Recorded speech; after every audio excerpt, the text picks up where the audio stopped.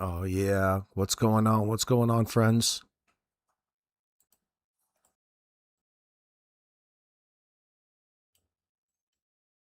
Just getting set up. What's up, Lindy? Good to see everybody. Welcome. Welcome, all members. We have an announcement.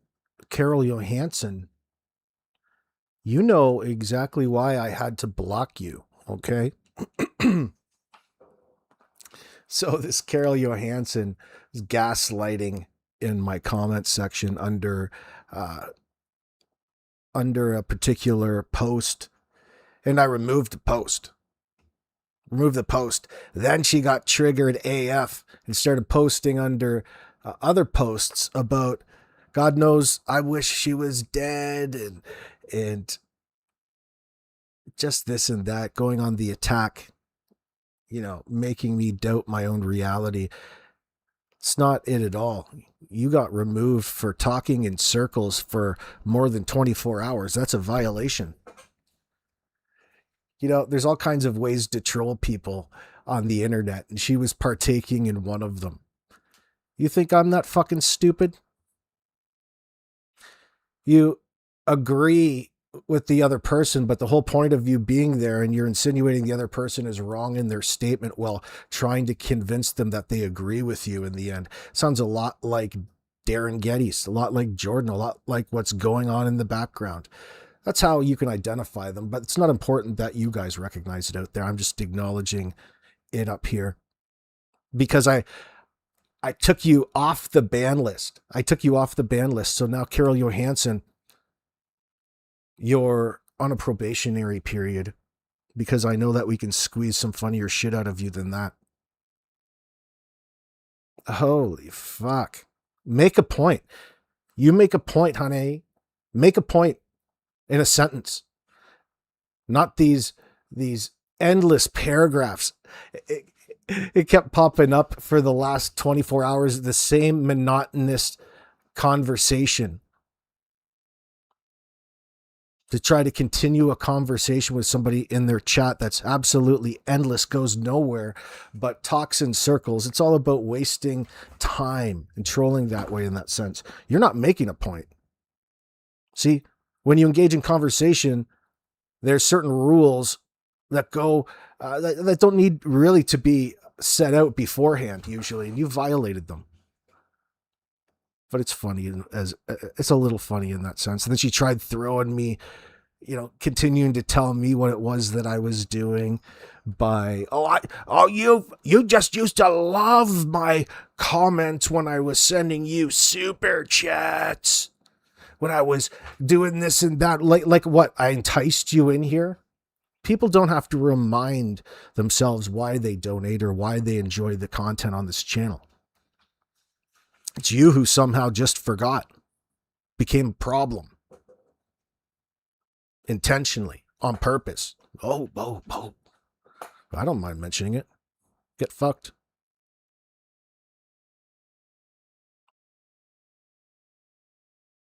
Has nothing to do with long posts if it's necessary. It's not really about all of that, though, is it? It's about the person's intent, where this is all going.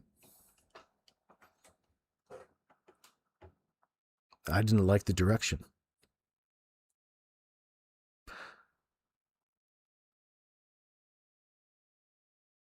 Oh, Alana. Oh, yeah. So you finally caught yourself up with the Ninchi scandal. Thank you for those who brought it to light. Well, there's still a mystery out there.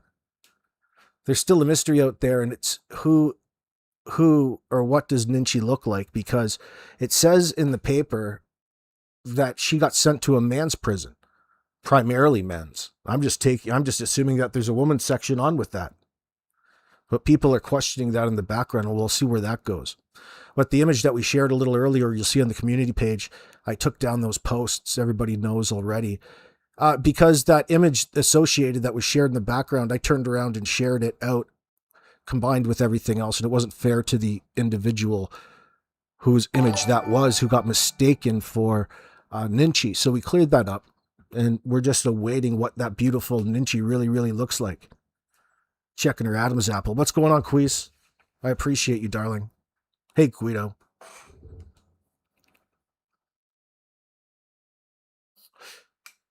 Snarky Pants, I am the least begging creator. You never ask for likes or super chats? Yeah, well, I certainly appreciate them. I mean, it goes without saying. Yeah, I don't like the e-begging. There's a line like, "Hey man, you're supposed to do things up there. They recommend you do things up there. Likes is one of them. You don't really need to like things. Although sometimes you want some extra hype."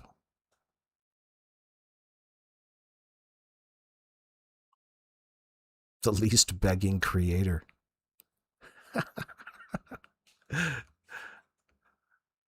Yeah. Oh, please. Please, oh, please. House music. Word up. So I got caught up last night after my talk with Mike DeMann. He was over there and Anita nodded off on. I was listening to Anita and Mike talk about uh, Brendan's statement, and they were bringing up different points. And I think I want to just highlight a couple of them here today as we talk a little bit of a catch up because we haven't listened to Mike in since the Janie conversation. It's been so effective in our minds. But it's time, especially with this map that Brandon shared with us. We got a couple good visuals.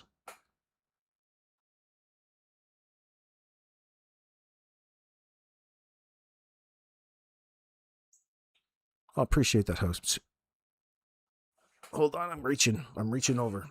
I had to adjust my settings. Yesterday's live stream was like the regular settings, I guess, what would you call it, default settings here on Streamlabs OBS, so it should be better quality. I think we're probably streaming in 1080 right now. I'm just checking, making sure I don't have any dropped frames. All is good. Alana says Tasmania doesn't have a lot of infrastructure, so it could be one prison with sections for male and female. That's true, Alana. Yeah, that's true. That's what I was assuming, but again, that's just us sitting here chewing the fat. These are things that you can go and figure out. I'm really not that motivated to. I'm having too much fun reading these messages that come into me, but you get carried away with that sometimes. Tash Pond, you were really glad to hear that Brandon searched the falls? You're really hoping somebody did that? So many things to think about in that sense. Fishing in a Boat says a separate 45-bed women's prison called the Mary Hutchison Women's Prison, Risdon, is for males.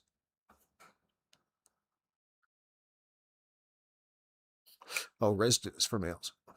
There's a separate one. Well, I wonder where they're getting Risdon from. I believe that it's in the reports. You would think that it's. I think the question that they're or what they're suggesting in their message is that the articles all refer to Risdon Prison, fishing in a boat. That Joss Larkins went to Risdon Prison. I have to now. You got me going. I'm gonna have to go back and check. And of course, Ninchi's a sweet old lady with those 2 chihuahuas.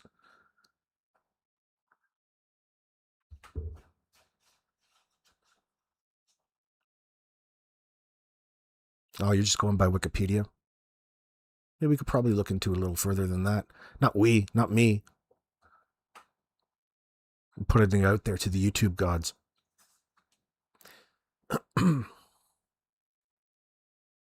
Yeah, Broken Goth Doll. Still, all the information, sadly, is still relevant.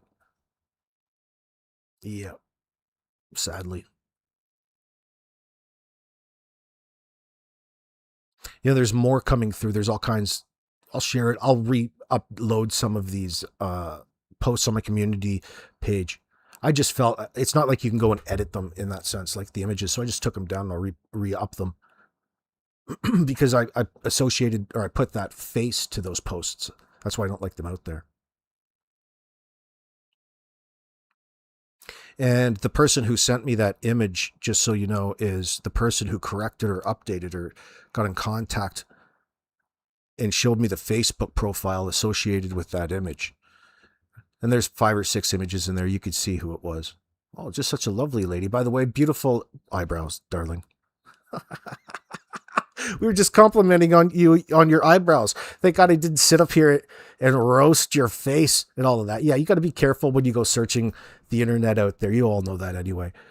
With these reverse image searches through Google, they're useful, but you know you can get carried away, especially when there should be images out there because it's such a high profile case. Why isn't you can't just go and you'd have to Freedom of Information Act the file in that sense.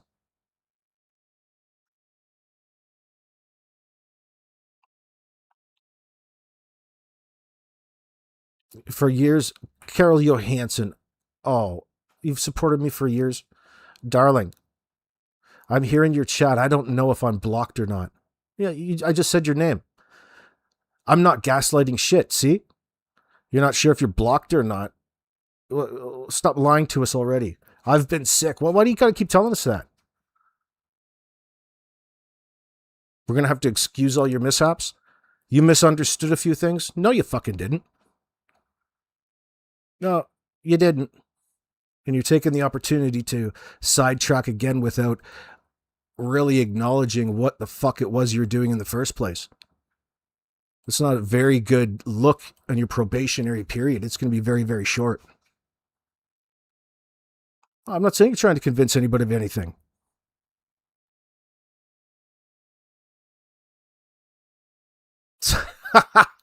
I'm a bit fickle. No. Carol, it went on for 24 hours. It was nonstop.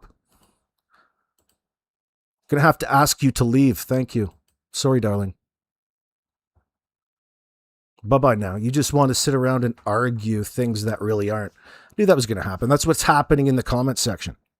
You want to argue and continue this stupid fucking argument nonstop on and on and on. That's why you started it in the first place. That's what you were essentially doing. Okay? Because you were responding to a comment of mine. Get to your fucking point. I don't care about you supporting me for years. I don't fucking know you, and don't lie to me like that. People who here have supported me for years don't know you. Be stupid. Get fucked. She already wrote a novel in 10 seconds. Yeah. Well, it's still me that's mistaken. I'm the one that's fucking pissed off. I'm just mistaken. That's what Peter Witherspoon does. Well, there's a lot of them. Chelsea does that bullshit. I'm sick of your nonsense. Most of the time, I just overlook it. But that's done now. That's over with. Especially that we've progressed in the case. Take your fucking moms and fuck off. I swear I've heard Nietzsche thank someone named Joss as someone close to her channel. What was the one that was just sent to me, actually, that you're on that topic? Talking, you want to see another association between Joss and Nietzsche? Both talking about the fact that they can't make it somewhere. I'll have to post that one, that they can't make it somewhere because they both have a broken back at the exact same time from last year on the internet. Person who's been looks like they're following both accounts in that sense. We know what you're doing. You invited somebody in who's sharing me the info. No, why would she? I gave her some honest advice last night. I hope she takes it.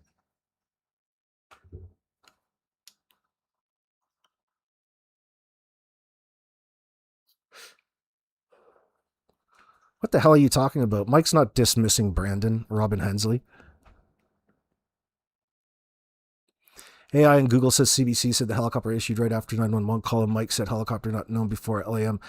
No. Mike's not saying that at all, Robin Hensley. Don't come in here spreading stuff like that. Mike's not saying that at all. No, he's not, you dumbass. Get out of here with that stuff. Robin Hensley, I love you, but don't be coming in here spreading shit like that. I know Mike didn't say that. I don't know where you're getting that. You're listening from somebody else. I'm going to remove that because you're talking about my man, Mike DeMann. I still love you. Don't worry. Oh, different mic. Okay. Well, you can put it back up then. Oh, I'm so fucking protective of my man. Ah. Yeah, I know the reasons why Mike's on. I know what Mike is doing over there. Don't come in here talking about any other Mike except Mike Demand, damn you. Don't be promoting other people's channels then, please. Not like that, especially when I don't fucking know people like that. You see what happens? Coming in here promoting shenanigans. Coming in here promoting God knows who. Another couple channels we won't mention. I'm not going to mention them because obviously they're the point of contention. Not with me. I could fucking care less. I don't need you. I didn't call for you, like the Queen says. Fuck. Sweet Tea, been around long enough. You've been around long enough to recognize all the people and all the fuckery and the trickery people try to pull in a live chat. So have I. My chat's one of the best. There's just a lot of people. Listen, it's not a wonder. People, I think it happens mostly to new creators or people who aren't used to it. But it never stops. There's a small percentage of people that you've got to police at all, at all times because of, for whatever interest. Almost got to learn how to embrace it. It's an art form and something that should be appreciated. That's the only reason I mention it. You can call it internal channel drama. Of course, Carol, she'll love to go on for 48 hours in my comment section nonstop about all the fucking reasons. That's what you got banned for, girl. Following me for 2 fucking years. Well, and? Did I beg you to be here like Ninchi? Did I hide in the corner and under an assumed fucking account, a sock account, and try to convince you to come over here because I'm just so fucking superior and smart like Joss Larkins does? No. Oh, shit. The best part about Ninchi is the fact that it's going to be just like the punchline to so many jokes.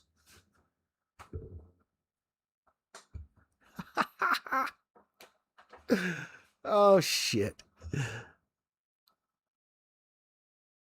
But we're reconnecting with Mike Demand today. In some segments and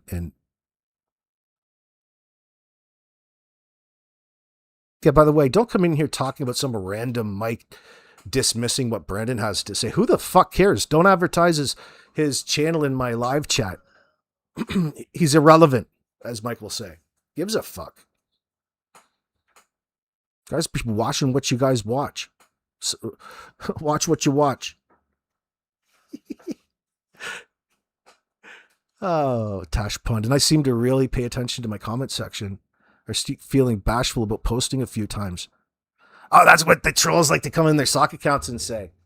They're just so terrified to say anything because if they do, they'll just be spat at. Well, yeah, you just gave yourself away. Yeah, there's ways to get yourself kicked out of restaurants, bars. This isn't a place for your free speech and open minds. We welcome them, but not the forced ones like you like to present. Oh, I want to talk about all these fucking things that are dumb, stupid. Yeah, those are just labels, terms that I aligned with them without giving you examples. Absolutely. But you know what I'm talking about, and I don't have to write a book about it. Shut the hell up. You're a select few, not a select few. You're an elite class. You're better than them.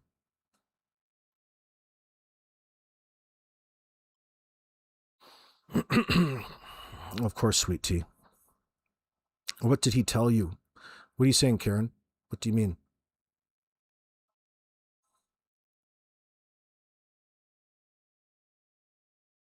No, she's going to gain subscribers over this broken goth doll because of the notoriety behind who she is. I went and resubscribed to her. I did. I went and resubscribed to Ninchi. It's not, who gives a shit about people who decide to join and leave your channel at any one fucking time? That's just a fantasy that people want you to think that it matters to the creators. Who gives a fuck? There's a constant flow coming in, out, and staying, and for different reasons, especially when they come associated with the case, and they don't always necessarily blend over. Who cares? Did you lose? Did you lose? You sit up there. Is it working? Is it working? You know how fun it was to sit up there and manipulate live streamers, you know, in a group chat, fuck with people, fuck with their live chat. It's a thing. People do it all the time. It's kind of fun sometimes if you're doing it for the right reason, but then your conscience grows. But then it gets too addictive and it consumes and takes up all your time.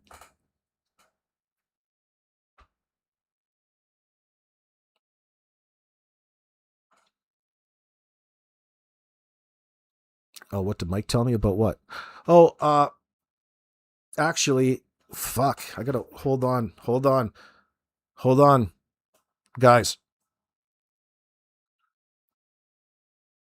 Get ready for a surprise. Get ready for a get ready for a surprise.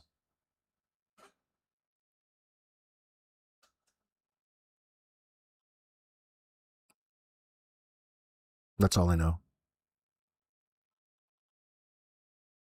That's what he said, Karen. And I read him a poem. He read me a poem. And then I read Anita. I sent Anita a poem, a love letter of sorts. I recited some lines from a very famous song, Love Hurts by Nazareth. I sprayed that letter with cologne, and it's all good now. You mean it can consume and take over your identity and you get this alter ego online, Michelle? I guess you could, yeah, that's one way of looking at it. It just becomes old. It's like a phase. Now that you know how to do all this fantastic stuff, the novelty's worn off a little bit. Then you have to either make a decision.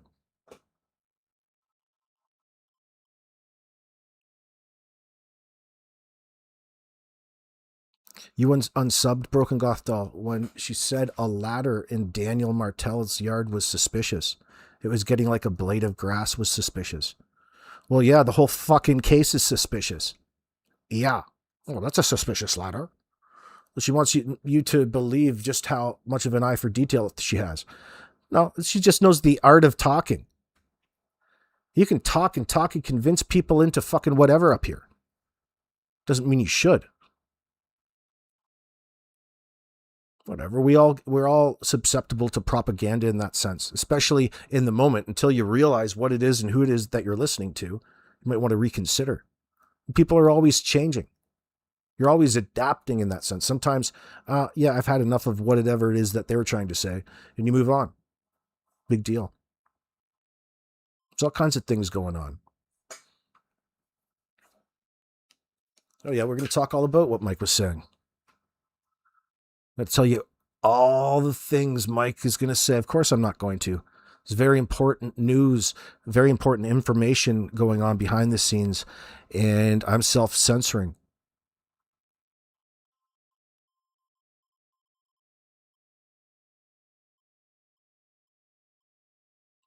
That pisses me off. I hate telling somebody that there's a surprise and then get ready for a surprise and then not even giving them a hint. I couldn't even get a hint out of the guy. Changed the subject on me, the fucker. So I wonder what that means. I know we had crossed, he was explaining to me in detail about what I had brought up to him with just out of a comment. He addressed it in his one of his live streams, more so about this this dude that died in the mine shaft. I was bringing it up not knowing who the person was, but there's people out there that know a lot more information than I do about it. Like I know where it was, the details, but I don't know. I didn't go find it for myself because I didn't give it much importance. But then people brought up how back in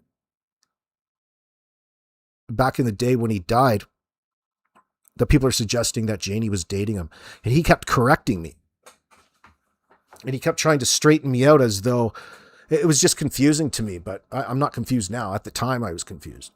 It confused me what the fuck he was talking about. He was, no, you stupid son of a bitch, he said. You dumbass, you fucking moron. I said, oh my God.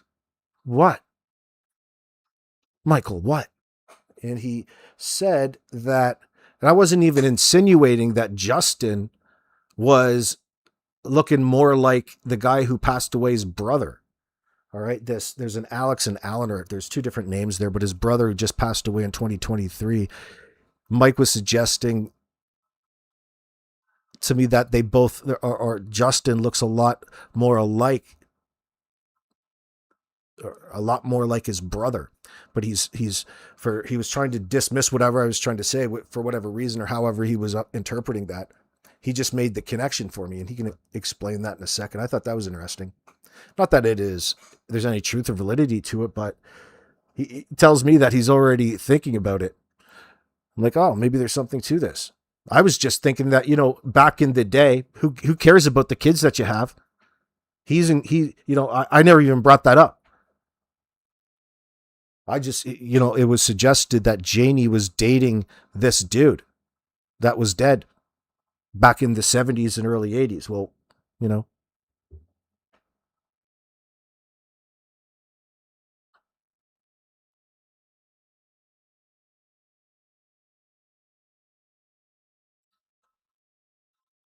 yeah, Janie would have been about 17 or 18 when that Penny dude got killed and stuffed in the mine shaft. But when you take a look at, well, who knows what happened, right? But all of a sudden, when you know the family and the types of individuals that they are, it wouldn't be much. What happens if she ended up dating some buddy that got handsy with her, who was getting fresh, who was trying to make a move that they didn't like?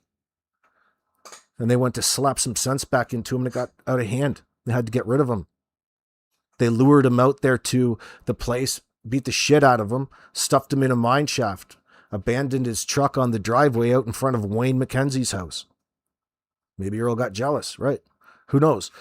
But Mike was suggesting to me something different in that, there was talk already early on in the case with somebody or an insider suggesting that Janie and Earl broke up because of a handyman. Well, this dude, this Penny dude, or a contractor that was working for this Penny's brother, the brother to the guy that died, fits that description in that sense. Not suggesting that they're one and the same, but I don't know, just what people are talking about, y'all.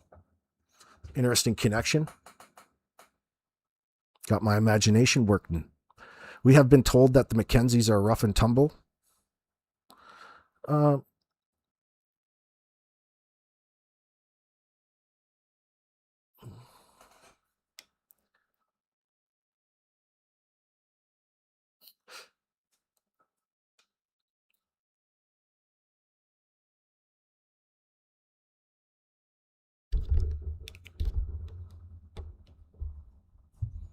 What are you talking about there, Alana?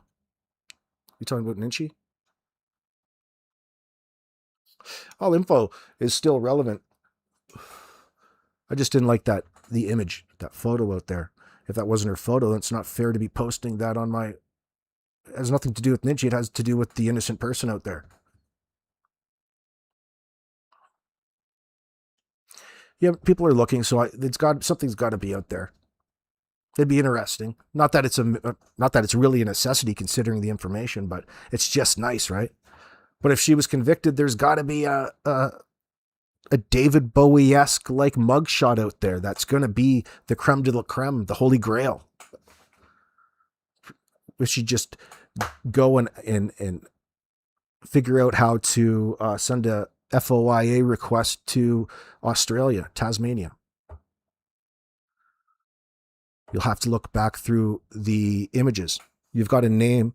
You look back through the articles about it and figure out which police department and county and all that was associated with the case. Janie was probably exposed to an awful lot as a child in that family, River Rat.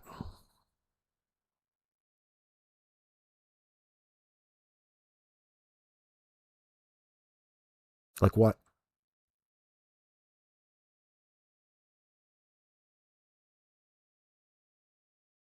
Negative things, you mean?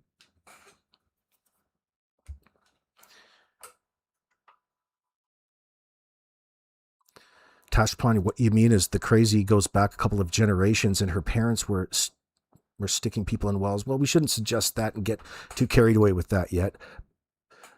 I mean, I'm just reading your comment. I just find it an interesting conversation and a connection. It would it would fit the dynamic where you would think a family has a need to, like, their distrust for police is strong and they have a need to be silent in that sense. One thing leads to another. They're smart enough to stay quiet, know enough to point fingers at one another, but vague in detail. God bless you, Debbie. Thank you very much. Hello, UK.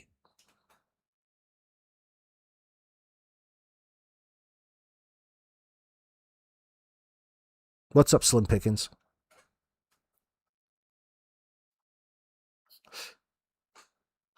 Carol Johansson, you're up there all triggered. Why is, you're out here fishing for sympathy, leading off with how sick you've been. Well, aren't you better now? Aren't you on the mend, feeling a whole lot better? That's not very genuine. You're out here trying for sympathy.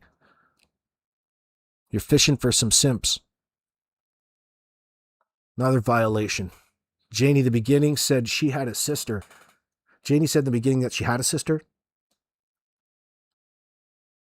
Yeah, I don't know about that. I don't know of any sister, but I don't know where all the dynamics. Meep, do you?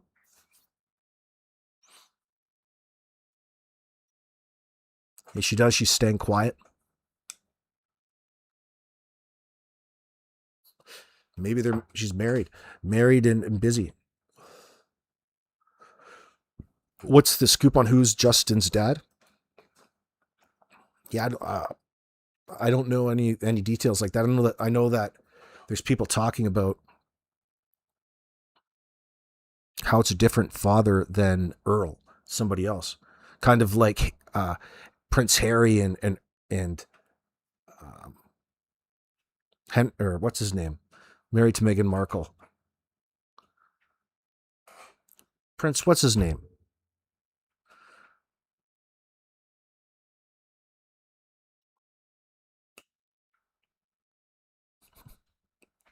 Is it a redheaded curly haired kid? Is his dad supposed to be a military fighter pilot? Thank you, Harry, Prince Harry. Why can names just escape me when I'm in front of a microphone? It has to probably do with the anxiety that I'm putting myself under.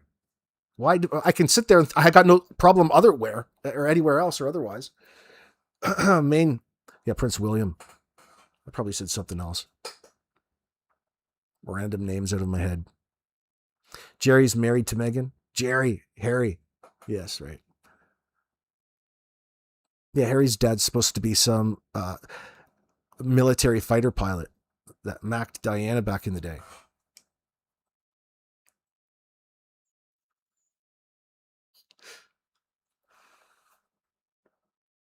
Look, I don't know if that's true, but how can it? It's something fun to put on the cover of the tabloids. I do love British tabloids. There's some funny shit in there.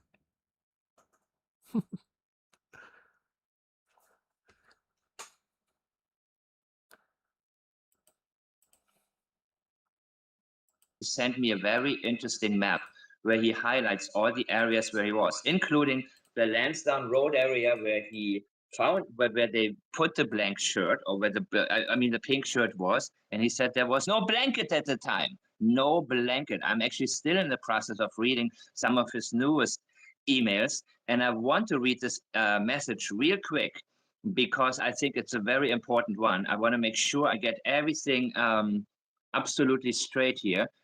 That I want there to be absolutely no misunderstandings, because some of the things that he said before, he was given wrong information and had to clarify it. So here we go, guys. I wanted to write this to clarify a few things regarding May 2, 2025 and my involvement in the search efforts that followed. On May 2025, I left my home in Westville at approximately 10 a.m.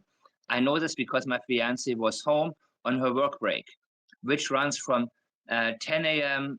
to 10:30 a.m. At the time, I was loading my truck to go fishing at Gaylock Lake. Now we know. I'm going to show you on a map in a minute. We spoke briefly before I left. Gaylock Lake is approximately a 12 to 15-minute drive from my home. As I was arriving at the lake, I heard a vulnerable person's broadcast regarding 2 missing children in Lansdowne.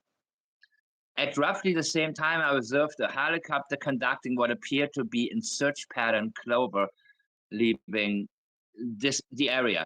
Given my military background, it was immediately apparent to me that an active search operation was underway. Rather than continue with my fishing plans, I decided to drive through the area to see if I could assist by keeping an eye out for the children. As I said, the accidental witness.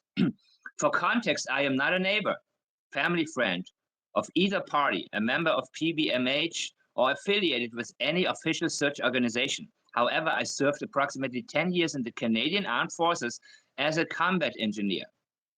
Search operations were a significant part of my training and experience. Throughout my military service, I participated in numerous searches involving personnel, explosives, weapons, and other objectives. I have also assisted the RCMP in the past in 3 other searches for missing persons. As I traveled through the area, I observed give me a second, I want to make sure the wait.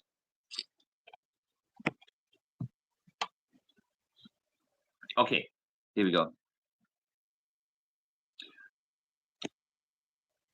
As I traveled through the area, I observed a bright pink child's t-shirt hanging in a tree near Earl Martell's property. By the way, he didn't see any pink blanket.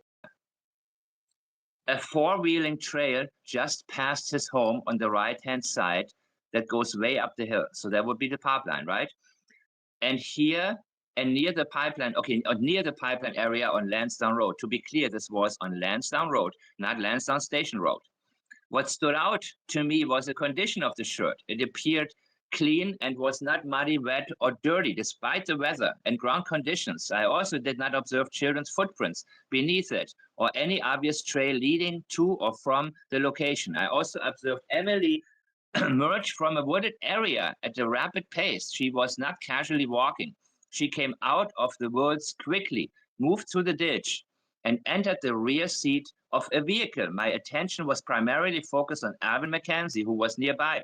My interaction with Alvin was brief. After leaving that area and traveling toward where the helicopter had landed, I later observed the same dark wine-colored 4-door vehicle parked along the roadside, the same one that Cindy traded in a few days later.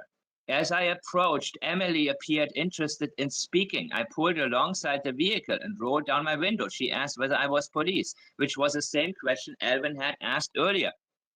I wished them luck and continued on my way.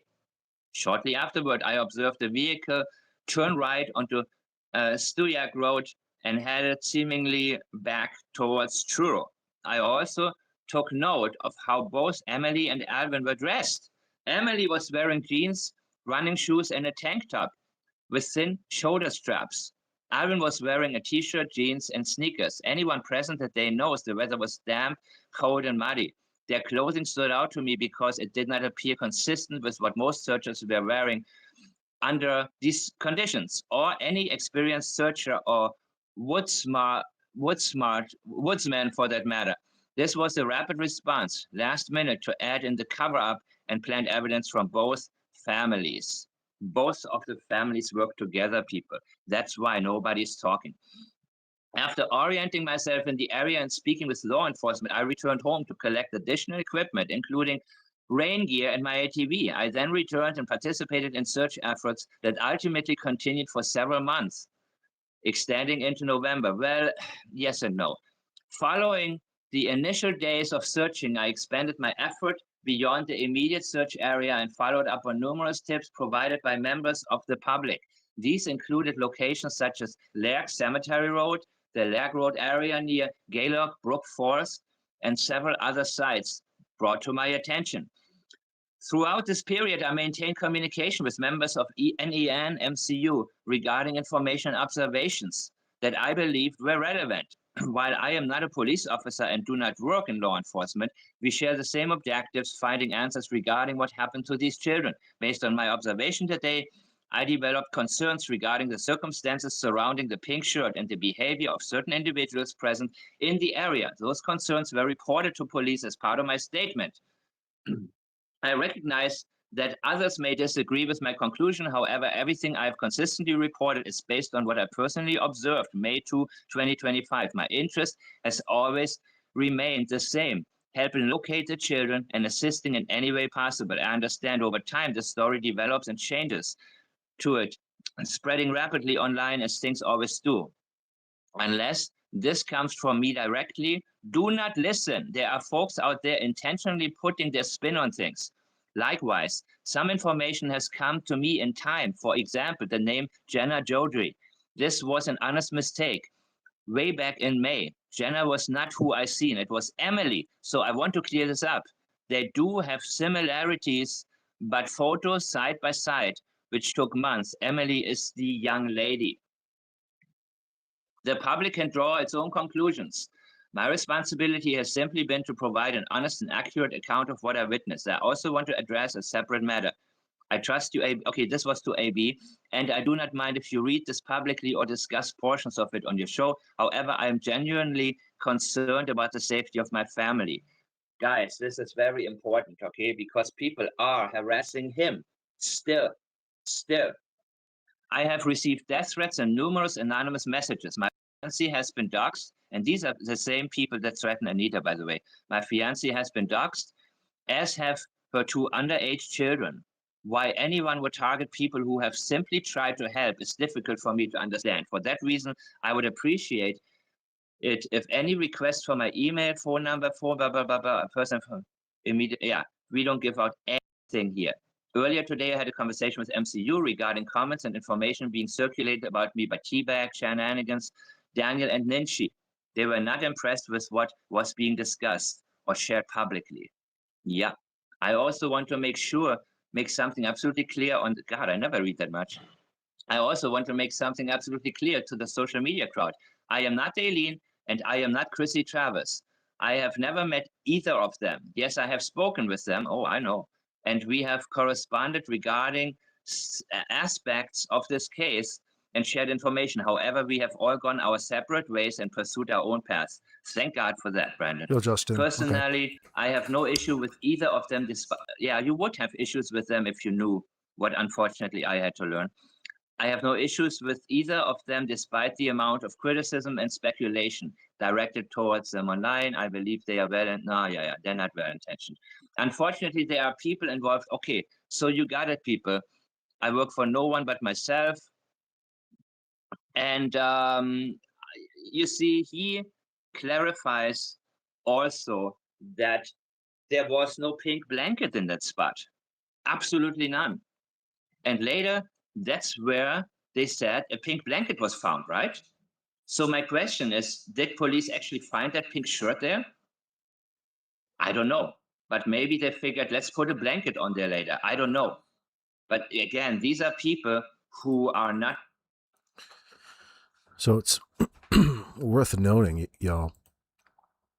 Brandon's making the distinction that he doesn't know anything about a pink blanket in his experience and that's suspect. You know, it didn't come up till much later, and then this pink blanket thing took off.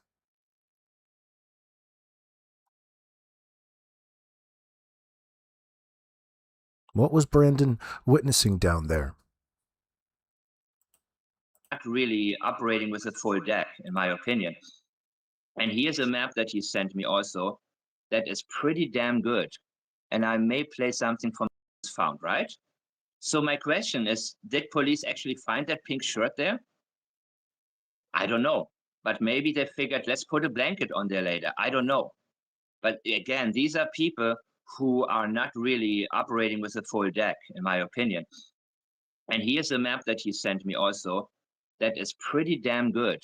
And I may play something from A Balance a little bit later. I don't know yet, because again, I got his messages right after my last live, right right after I was finished with my last live. And so I didn't have a chance to talk about it online yet. And A Balance has made several smaller videos, shorter videos about this particular case. And so I'm going to now put up that map that he sent it to me. He sent to me. Here we go. I'm gonna do what I can to make it. He's talking about, of course, there's Jack and Lily live here. You guys know the area by now. And 4x4 anyways, yeah, Anita, these are the same people threatening him that threatened you. The black Gaddis's abandoned house, the wine-colored car here on the side of the road. That's by Gaylock and Lansdowne Road right here. Anita Benita's coming in. Wonder if those were the same shirts Wade seen on the car May 2nd. Thank you for making that connection. Because even if they aren't the exact same clothes, who's to say they weren't out there planning things in other places? But that's not really a point. What the point is, what were they doing down there, according to Brendan, 10:40 a.m.? By the way, Brandon sent me a message, and I want to read it to you, answering just that question. Not answering that question, but he's going to point something out. Brendan sent this to me. Whoopsie. I hit the microphone. Maybe there's something else I would like to point out, and I'll leave it to you and others to consider. Based on my statement and Emily's account, which I believe contains inaccuracies at very least, when I saw them leave that morning, they had plenty of time to drive back up to Truro, pick up Haley after she got off work, and then return. Now think about this. They later claimed to have found and noticed the pink shirt and blanket in the tree that afternoon. When they came back, I was sitting on my ATV and personally watched Emily and Haley walk over to the shirt with the RCMP again. I never witnessed any blanket ever.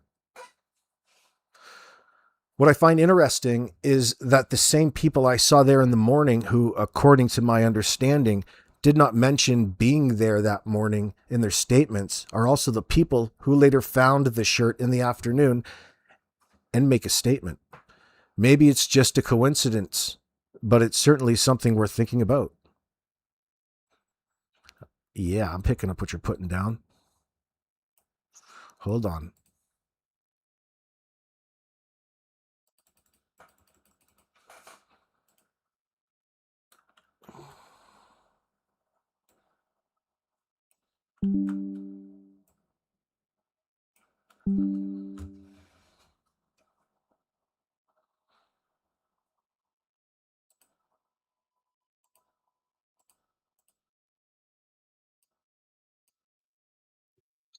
And wait. And exactly here is where Alvin, Emily, Hayden, and whoever the driver was, we got to find out who that was. Pink shirt, silver. There was a Honda Civic, and both these cars were there, a silver Honda Civic and a wine-colored car. So the question is, I think we know who the wine-colored car belongs to, but the other question is, of course, who does a silver Honda Civic belong to? And I believe that these answers will come, and these answers will help us solve the case. You are free to interrupt me at any time if you want, Anita. I'm going to keep going with this. He also, what was it? He said that Wayne McKenzie followed him with his car because he participated in the Please Bring Me Home search. Brandon doesn't have an agenda. He just wants to help. And he talked for a while with Wayne McKenzie. And Wayne McKenzie said more or less exactly what Anita has been saying. The children were starving. It was common knowledge around the area that Jack and Lily were starving. You know, that's a really good point.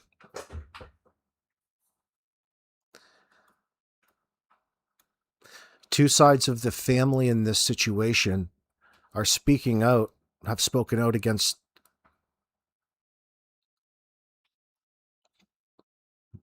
what they claim is nothing short of starvation. I mean, why am I even trying to put a kinder word on that? That it was an issue around there. More indicators of this heavy unwanted situation, that they've become such a burden on the family, on mom and her boyfriend and Janie. It's just such a shame.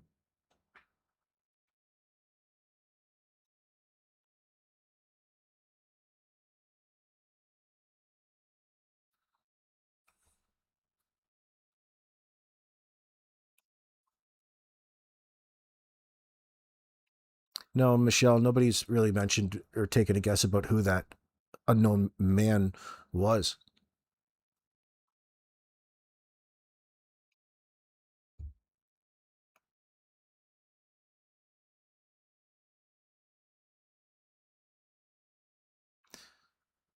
Little be known, there was obvious extreme abuse going on, and so many people failed Jack and Lily, namely the ones that were supposed to be caring for them in the first place.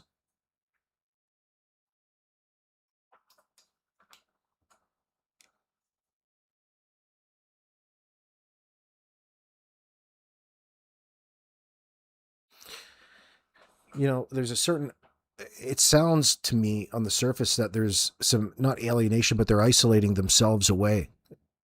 And it had to have been the substance abuse issue.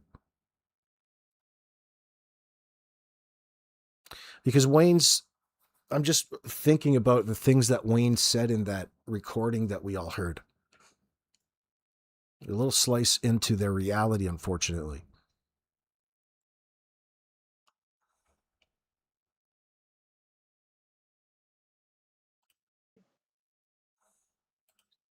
And so when we're talking about the disappearance of Jack and Lily, that's not the only thing I'm interested in. I'm interested in the 2 years of hell that these kids went through.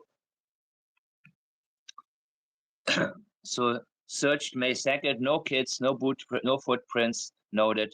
Isn't this where eventually a boot print was found? Daniel talked about 500 yards south of Lansdowne Road, which is this one. I'm still unclear about some of these things. I haven't paid too Think much about attention. how bizarre that is to randomly suggest that day. Sammy Miami, thank you very much for the super chat. I appreciate it. Think about how bizarre that is. Like, they're trying to get you to overlook the reason why you're there in the first place, and you don't ever want to commit linguistically to saying it. You just randomly came across a child's footprint that you need the cops to in the middle of the field 500 yards away. Oh, I wonder what brought you here. There should be a whole story, a whole trail leading you to the evidence if that was the case. A random boot print in the middle of the fucking a rural farm, not even farmland, but rural land, is a little suspect. Could you imagine your kids? So imagine yourself as if it were the report. Can you imagine looking for your kid and you just run off in a random direction and hope that this random footprint belonged to it? Like, what's your rationale and reasoning in what brought you to at any point in your search? There's no context to any of it. You immediately, Danny boy, run around and start looking in all the fucking culverts. You are tied and committed to the 17-minute timeline that you've given to the police, son. You're gonna have to be a little bit more specific for them. But again, we're over a year into this, and they've not added any of that, nor do they intend to.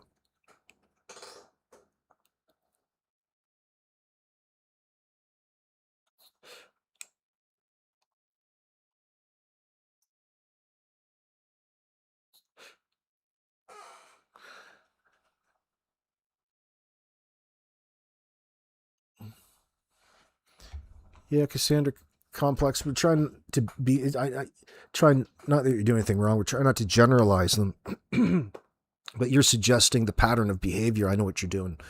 I agree. I'm not saying anything. You're right. You're right. Your comments are right. They do say they have a ton of footage and drones are up 10 minutes. So yes, hopefully they have footage, but it's hard to say that they do. Well, from our perspective, you always have to know who, you can trust them to ask the right questions. If they have the availability of it, if they can match it up, of course they're going to try to. That's their business. They're not going to share that with you. It's not going to be a voluntarily, hey, take a look what we have here. We need to weigh the validity of these witnesses in the public realm. Not at all. It'd be nice.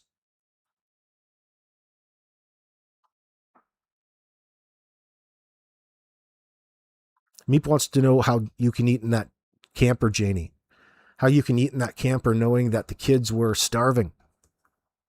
Just probably eat very well. Imagine I was just at the grocery store today. Grocery prices are so high, but I looked at some of those great russet potatoes from PEI and they were on sale like for $2.50 Canadian. A great big 5-pound bag of them. A whole slat of them. No, I didn't take any. I already got enough potatoes. But I'm like, shit. Next time, I've got to wait till the sale comes. But they're on sale all the time. Cheap. They're easy to get.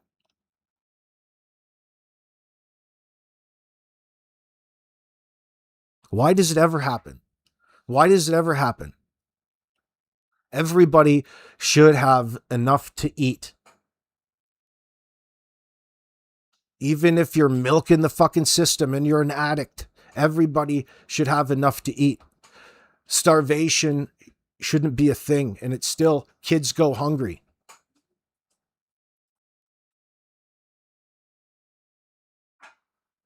Nothing's ever gotten better in that sense. It's a very difficult situation to manage, but a task to take on. It's tougher than that. It comes down to choices parents make. That's why being a parent is important. A caregiver is an important thing.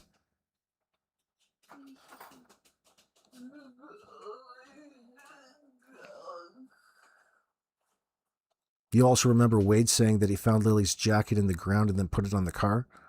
Yeah, well, there's talk. I got to go back and check that. He was talking about identifying clothes on a car. At places, it just lines up so much with, Wade thought it was out of place. Now you understand why, perhaps. Is it the same car? What car was he referring to, I wonder? Little questions like that, maybe he's not around to answer. You're going to have to go to Anita and write her in the form of a love letter. Dear my darling Anita, oh, you're so beautiful. I think she knew he had this whole skit memorized. Who do you mean? Just a sec. Who do you mean, Michelle?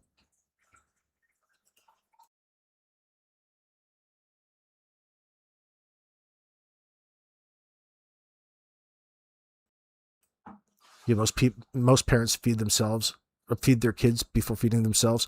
Well, I think that you're thinking that she's in there. Why didn't old Janie strap on the fucking rifle and go out and get her some food? You got fucking bears around there? Not for long. Kabang. That bitch will be hanging in the back shed by the turkey feed, curing. Put a little smoker back there. So they had the smoker in the trailer. That was their problem. They kept smoking all those crazy substances up there. I'm talking a real smoker for meat.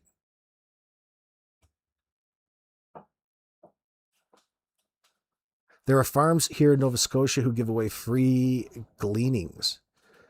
They know food insecurity is a problem. Schools give out produce bags and stuff. No kid needs to starve. It's criminal when they do.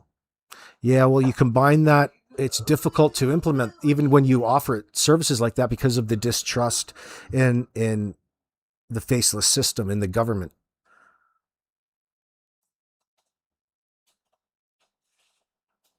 But I agree with you. Like, it's there.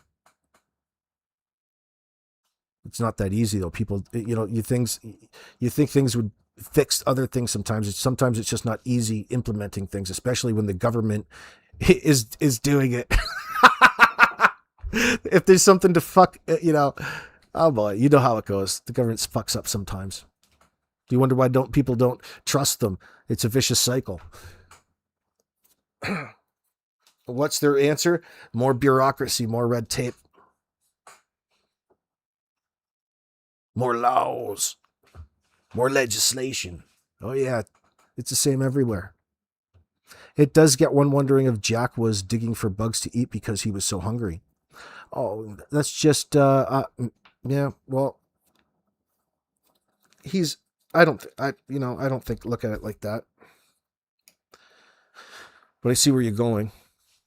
I was fascinated. Little boys are fascinated with bugs. It's a thing when you go through a phase in a very young age. Remember when what it was like to be a kid and you first discovered weird little fucking miniature animals that were small walking around like ants? It used to be a thing in daycare. We'd go and collect all of those big carpenter ants and collect them. You learn some lessons with insects and bugs. Oh, cool bug. Remember how cool and how it really drives a child's imagination. It's like anything is possible. Monsters are real in that sense. Look at these fucking things. I'm not sure if they're using the F-bomb like I am, but you know where I'm going with that. Check my email.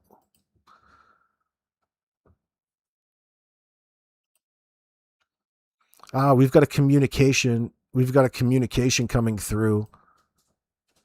Oh, hold on. I'll get off my screen. Thank God there wasn't anything sensitive in there. I'm just kidding you. I will. Hold on. Let me go back and read that first. Oh my God. People are going to be on the edges of their seats. I'll read it. Hold on. Let me see here. I'll put that up. Let me see. Brendan sends Daniel Martell, talking bullshit about you. I wasn't going to share this, says Brendan, but at some point people have to ask themselves why this degenerate inbred hillbilly is so obsessed with attacking me, Brendan says. To be clear, I have never used Facebook dating in my life. I've never spoken to Malaya and I never would. It's nasty. Oh, fuck. Oh, we all want your girl, Danny. We want Malaya bad. Get in line, boys. She is hot stuff. Oh, fuck. Holy fuck. She's got a history, boys. She needs a fucking psychologist, a psychiatrist. And Nurse Ratchet. Yeah, we're expected to believe a story that supposedly took place over 3 years ago, a time when I was busy caring for my partner and as they battled cancer. The fact that someone would invent or repeat nonsense like this says far more about their character than it does about mine. And Daniel, Janie, go get your son Daniel. You're probably swinging in the yard out in front of the chickens right now with that moppy looking hairdo. You get it that flat from not washing it. That's cool. It's your natural oils. You're like a Rasta. Ask Daniel, explain something to Brendan. Why would I have been a topic of discussion 3 years ago? You stupid dunce. The more you talk, the more your story falls apart. Every attempt to attack me only creates more contradictions, more questions, and more evidence for the people to examine. Yeah, it's like his last meal. He chose a buffet, all you can eat. A smorgasbord of bullshit. This moron keeps digging himself deeper with every post, every comment, and every accusation. Oh yeah, we've been watching. At this point, it's obvious he's triggered by me and can't get help himself. You probably just want his girl. The difference between us is simple. I don't need to invent stories. I keep receipts. MCU already has this along with other material. To my understanding, you've been warned before, Danny boy, not just by me, but by law enforcement as well. Yet here you are, continuing to put your own words and actions on display for everyone to see. Yeah, he's a sideshow. But here's a pipeline connecting to Daniel's. And let me see. Ron McKenzie's over there. Ron, Earl. Pipeline, right here. Pipeline area.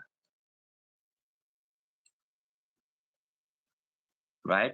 Because these are the power lines, I think, right? It's just so beautiful. I can't help myself. These are power lines, and this is the pipeline, I think. Girl, let me give you my number. Second pink shirt with baseball collected by MCU. That was Lairg Road. Wow, that's interesting. Because there was that house that burned down, right? I'm going to look at this in a minute here, because I think this is Lairg Road. And a second pink shirt was found there. Diaper dump collected by MCU. Does any of you know about what he's referring to? Anybody? Please bring it.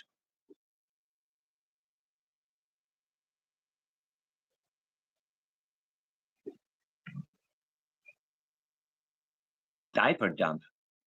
Let me look at some of your comments here in a minute. But Lairg Road, I believe the house that burned down was right here, right in the area. I looked it up. You gave me the address before, Anita, and I looked it up. So that's interesting also.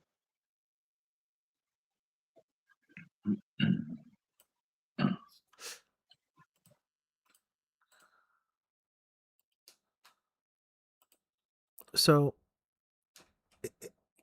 you need to step back a little bit and realize that before a ridiculous argument that's going to divide people starts, you're going to have to want to define what starving means. What does that mean to that person who was saying it? You know what thinking about it in your mind means.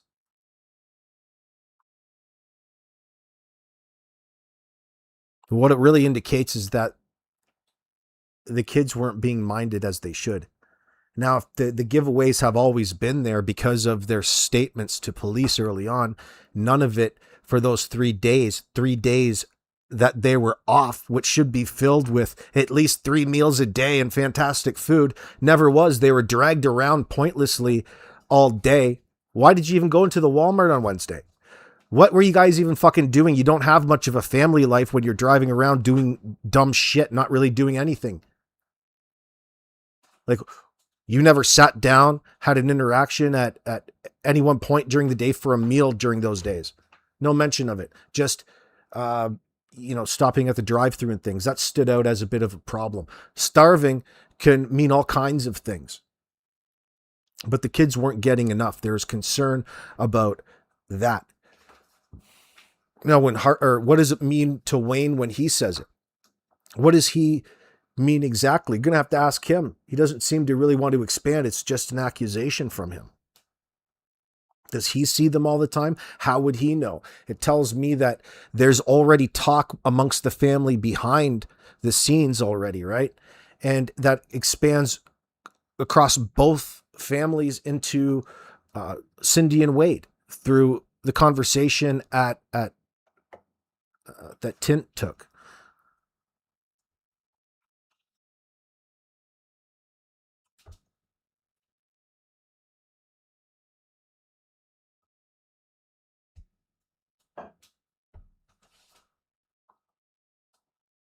That's right, fishing in a boat. And it stretches into that starving. I think it's an easy thing to get carried away with, but wait a second, because everything in this case is shocking. It's not saying that that it's being told to us through family members and even Anita. Anita talks about that specifically. It's just corroborating what Anita's saying. Wayne. But to what extent? Like, we're not going to have the benefit of ever finding that out. Well, not necessarily the cops know. There's a reason why Meadow isn't going back into their care in that sense.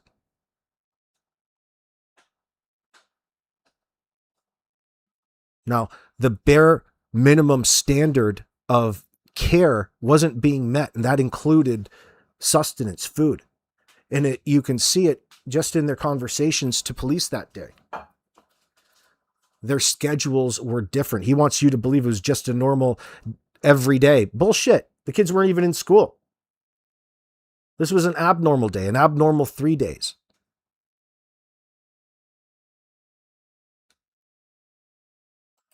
He being Danny. Oh, Danny Harvey boy. McKenzie, not search. This is where Harvey McKenzie. And now here we go. Wait. This is the bridge where the garbage bags were. And I brought this a few months ago because somebody sent me the information here. The bridge where the garbage bags were. This is the middle river of Pictou. I forgot, what time was it that the car was heard going to the middle river of Pictou? So it's there. I believe that's where some evidence was dumped into that river. Let me see if there's anything else that I need to focus on.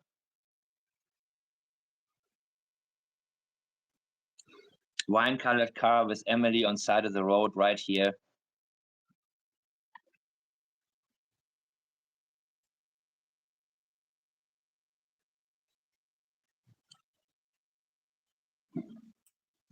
Anyways, I'm going to look at the chat right now.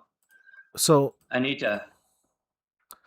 It's not to be overlooked. It's just, I guess my stupid fucking point was, don't fight over the term starving as to what that means as a distraction to the greater problem at hand here. It's just one of the many problems that comes from the same thing. It's just shocking when we hear it. But you think Wayne, that's such a, Wayne McKenzie, in that audio clip of him talking about Jack and Lily smelling like urine at school. It wouldn't be too much of a stretch of the imagination that the concerns stretch to what these kids were eating at home as well, or what was going on. You're talking about weekend bags. Is that something that school was sending home with them? Well, yeah, everybody's a family. So you think you're trying to say that Danny just bullied everybody else and ate all that food for himself? I don't think Danny was eating any fucking food. This dude's appetite was so suppressed. The furthest thing on his mind was dinner times. That's what drugs do to your system. The last thing on your mind is what the fuck you're going to have for dinner. You don't care about dinner. You care about having maybe a bottle of water by you, and you don't even touch that. Fuck, you're especially something like the mathematics, because it's probably the strongest appetite suppressant. It's its own diet guide, man. You'd be guaranteed to lose weight on that stuff. I mean, it's dark humor, but it's true. The lifestyles didn't suit, and sadly, whatever Malaya was doing, however she was incorporating into it, you can't see it being the white stuff unless she was moving it herself, because she's got a bit expensive to have a habit like that. That's why, the old shake and bake is a great alternative to that as a stimulant. People get turned on to that right quick and hooked. So there didn't sound like there was a whole lot of dinner prep or food prep. Nobody was cutting up onions and garlic and making any fantastic meals. None of that. There's the Tim Hortons drive-through. Think about how much you're paying for no nutrients in that sense. Just a little bit of synthetic happiness. Man, oh man. But you can get away with pulling shit like that in your 20s, right? Not that it's healthier, but it doesn't translate into what the most important thing is in this conversation, which would be the kids and the nutrition. While you're cooking for everybody else, why don't you cook a plate for me? Cook a plate for yourself. Maybe Janie wants to join us for dinner. Janie, honey, do you want to come in and have some dinner with us? I mean, we got off to a bad start. Let's sort out our differences. Let's arm wrestle for it. Maybe we can get past these things. Think about all of the happiness that you could have brought upon your life by just cooking a goddamn meal, woman. Put down that crack pipe and pick up that spatula. You're going to learn how to cook me dinner. No talk about dinner time at any point in time. Maybe old Patty's got drunk enough where she's fired up some fucking chicken legs on the Barbie. We'll stop over there and eat her fucking leftovers. Where could I hear the conversation of Wayne talking about the kids not eating? Somebody will have the clip out there. I don't know right off the bat. Justin probably. Maybe it clutched them pearls.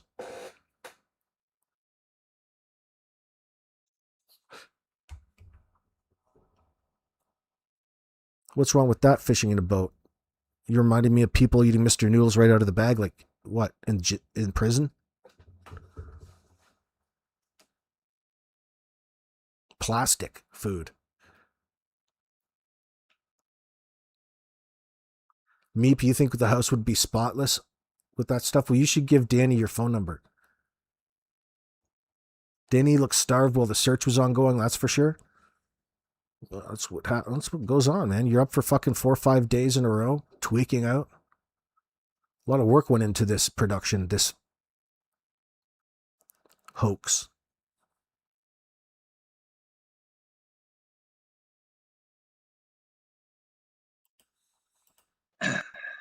Let me see what you...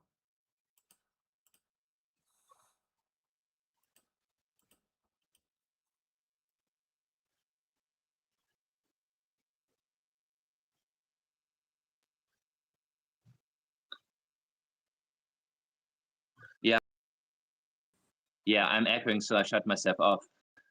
Well, yeah, there are more, I haven't talked too much about Brandon because I want to, when I get information like this, of course I want to protect him because of his children. Anita, I don't hear you. I only hear myself. So he's going to talk about this Penny dude in a second.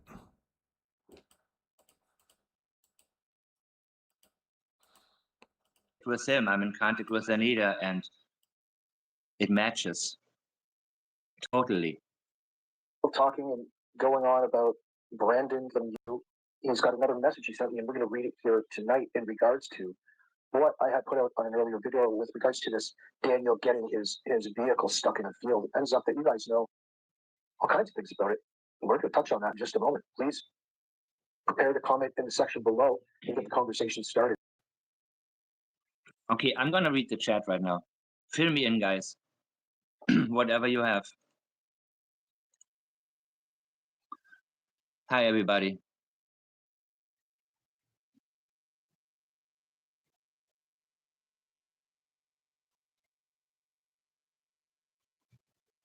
Yeah, we talked about that, man. Who could be Justin? Alex Penny. Okay, I'm going to put the photo back up because, this was... I'm going to just answer your questions. This was Alex Penny.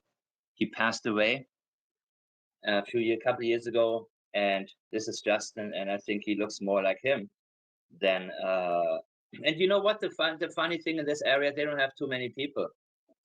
So if you have doubt that the child could be yours, then it's not going to be too hard to find whoever, could have been it. Everybody knows everybody there, you know what I mean?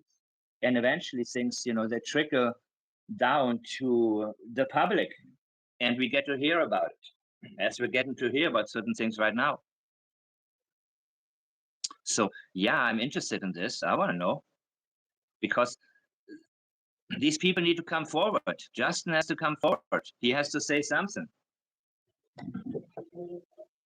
I think Justin knows exactly what happened. And, you know, maybe somebody will talk to him and say, dude, you need to speak. I mean, I doubt that these people will, but you never know. You never know. Eventually, you know, when all these people run around and threaten and have, you know, they're trying very hard. Darren, Jordan, Chance, all of them. All of them. Okay, I'm going to go back to reading now. I don't know if Brandon's listening or not, but whatever question you have for Brandon.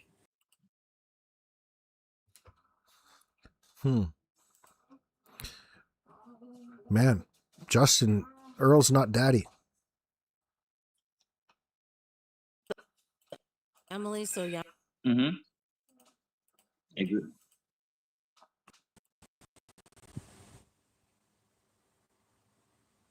Can you hear me? Yeah, let me see if I hear myself or you. No, I hear myself, Anita. It's not good.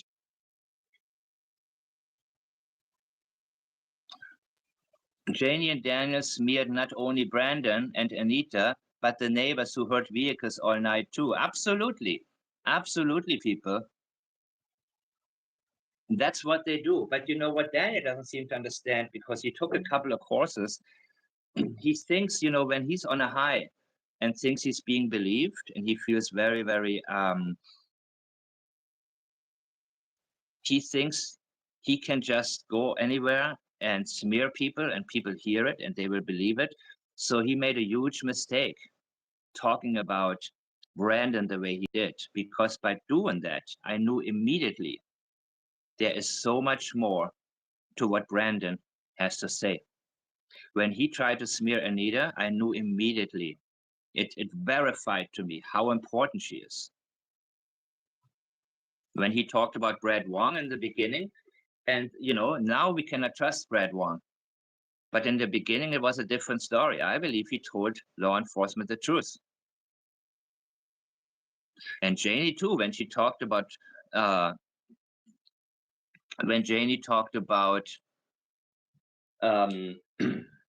Brad Wong, you remember where she said, yeah, this neighbor with the break-ins and all of this.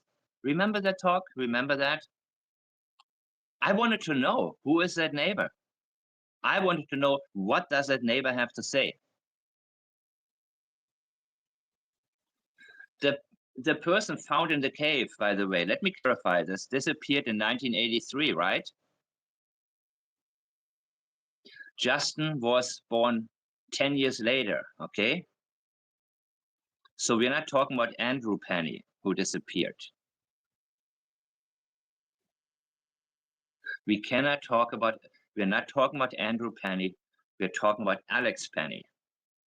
Andrew Penny would have died long before Justin was born, 10 years before. So why I don't trust Brad? Yeah, no, I know what you're saying, Darlene. I was trying to say that to I was trying to say that to Mike, and I just dropped it because he explained it the exact same way. I didn't even bring it up. You're the one who's trying to talk to people that, you know, this dude. Well, no shit, but it doesn't mean that they didn't know each other or were dating back before then or related. That's the point, right? But he's on about this being Justin's father. You know, it can be separate things. It can be two different things. Or one or the other, excuse me. It could be a different thing going on. You're saying that the Alex Penny that went missing in 83 could have been dating Janie. How old is Justin? Maybe that is how he ended up in the mines, jealous hubby. Yeah, a situation like that. Right. Possible. From our perspective. Wonder what Janie thinks about that. Whoa. I can't wait to ask you, Janie. I expect you. Oh, you're just such a teller of truth. Oh, I can't wait for your answer. Fucking cares. I can't wait to find out. Unfortunately, we can't ask her anything. Janie's a liar. Janie's got a bit of a problem, an issue at hand. They're in the thick of it. They're under the eye, the scrutiny. If DM is so comfortable lying on a live stream, what else has he lied about with these? Fucking everything. What are you talking about? These people live their lives in a lie. He's living a lie right now, and over the last 2 years with this substance abuse issue. The mathematics, the crystal, the Tina, the jib. Right now, because now he's friends with Team Malaya. Very simple. Now he does whatever Malaya tells him to. The same like Tint. I cannot trust Tint now because they are on Team Malaya. Anything coming now, John William, Alex Pena, anything coming from Tint or Brad Wong right now, we cannot trust. Because they're no longer serious. Brandon is saying now what he said back then. So the moment somebody has an agenda, don't listen to them anymore. I don't care about what the doll they found. This is all nonsense. They are trying to create a show. They're having their own fake searches. So no, I believe Brad Wong's original statement to the police. But anything he's saying now, no. Can't trust it at all. And people are weak like that. That's just the reality. It's not common for somebody like Brandon or Anita to keep going. These people, they're siding with somebody and they say, well, who cares, right? I'm just going to live my life. And I don't know what's in it for Brad Wong, but I don't trust him. I trust his statements, though, to police. What is Brandon's part in this case? I need reference, please. He was an accidental witness who saw people plant evidence, and he saw the wine-colored car that Cindy traded in later. And he saw Hayden, Emily. Yeah, thanks very much, Trail Hiker. I'm testing out a strain I got today, too. What is it? I can't remember. Doesn't matter. It's good. I'm having some right now. Let's just take a moment and I'll light up and have a little bit of a chronic break. Some of this is stickiest of the icky. Oh, shit. Yes, I'm looking through it now.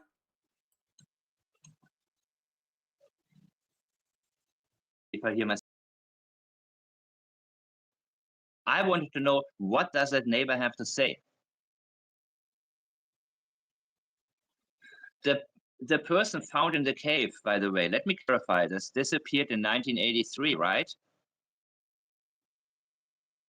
Justin was born 10 years later, okay? So we're not talking about Andrew Penny, who disappeared. We're not talking about Andrew Penny, we're talking about Alex Penny.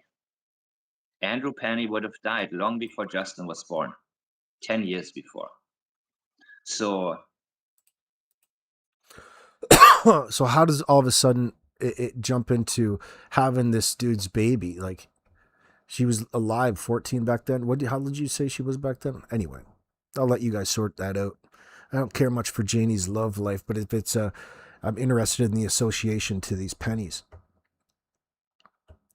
But it's just another thing. Could you imagine what it would have been like? Oh, you think old Janie would have been a looker back in the day? What a nice gal. Wow, what a swell girl. I think I want to marry her.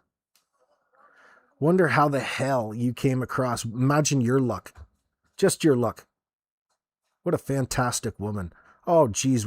Oh, I want you to have my kids. There's no possible way she was ever a personable type of individual. She was always like a super fucking villain. She's like a goddess of evil. Angry all the fucking time. Attractive to who? Maybe fucking a moose in a rut, Justin. I doubt it. No, I don't think so. She probably dolled herself up with all kinds of different fucking barks and, so maybe you should have just wore camouflage. Probably would have won it over better. But look at what all she got. They probably met at a dance, I would think.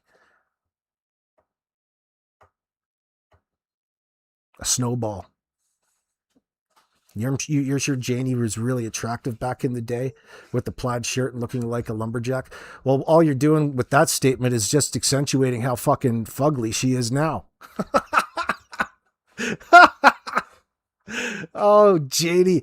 I couldn't even imagine Janie being broody or in a romantic type of setting.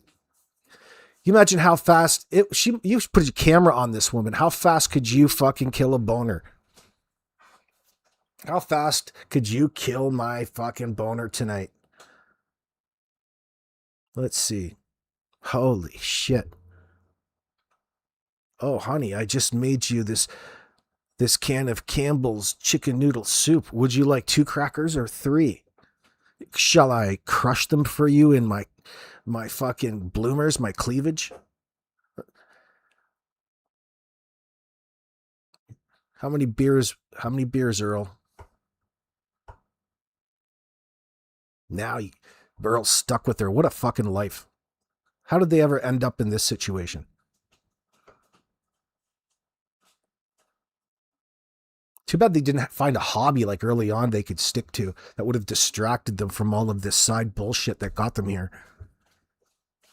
Maybe if they found a hobby, they wouldn't have to neglected their own kids far enough for this to, transfer onto their step grandkids. Because old Danny's fucking high on tweak again and he can't keep his cock in his pants. He's up there on that Facebook fucking dating site. Technology has ruined our lives.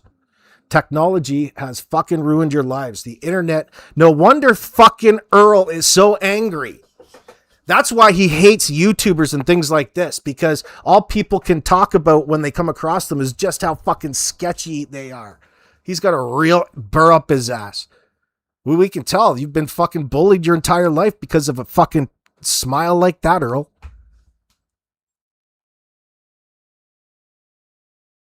Looks like he's got some bones up there running around the side roads. What are you doing around here? You're one of them fucking YouTubers. He was fucking hostile. We got a hot one coming in. The Super Karen. You the one that stole them kids? You the one that stole them kids?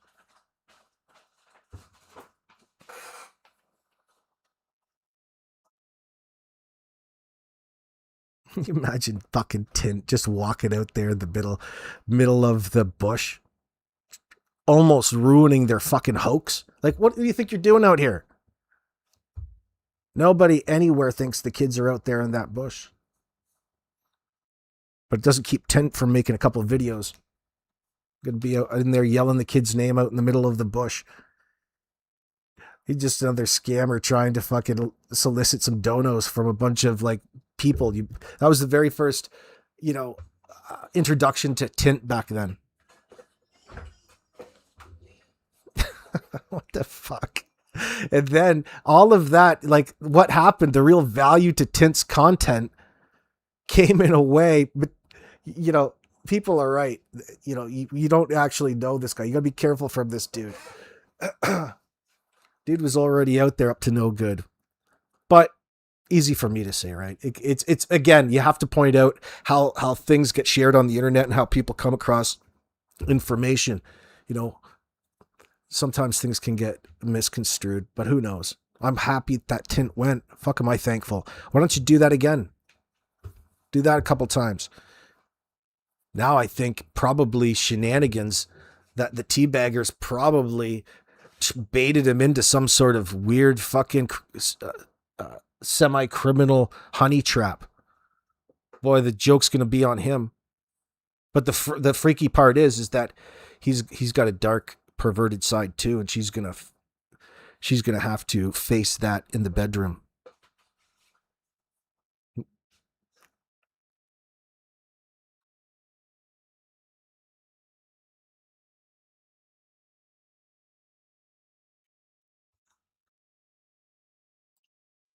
Why I don't trust Brad now? because now he's friends with Team Malaya. Very simple.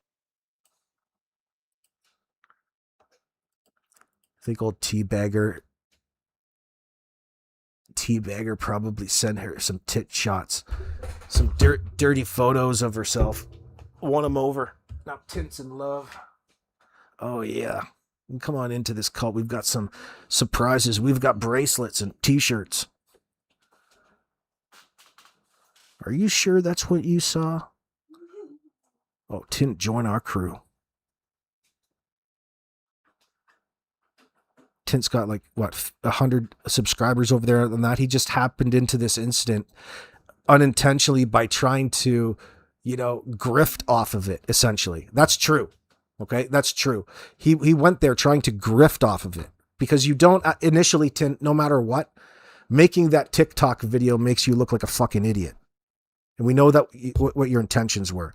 But thank you in the same breath for going over and being so shisty as recording your interview with Wade because of the information that the greater public got to hear. That's just how life goes.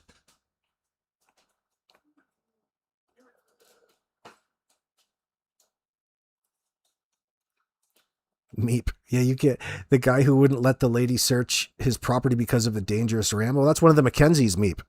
Isn't it? That's one of the, I think that's Wayne. Fuck those rams. You got to be careful, especially a woman, especially these women. The people out there searching, they're not exactly, this is a fake search, remember? This is like glamping. This is like glurching. Glamorous searching for snapshots and propaganda reasons as opposed to actually trying to go and contribute to anything. That's exactly what it was. We called it. We knew it before. Why? It's typical. It happens in these situations all the time because, remember, the studies, search it yourself. Caregivers who falsely report their children as missing.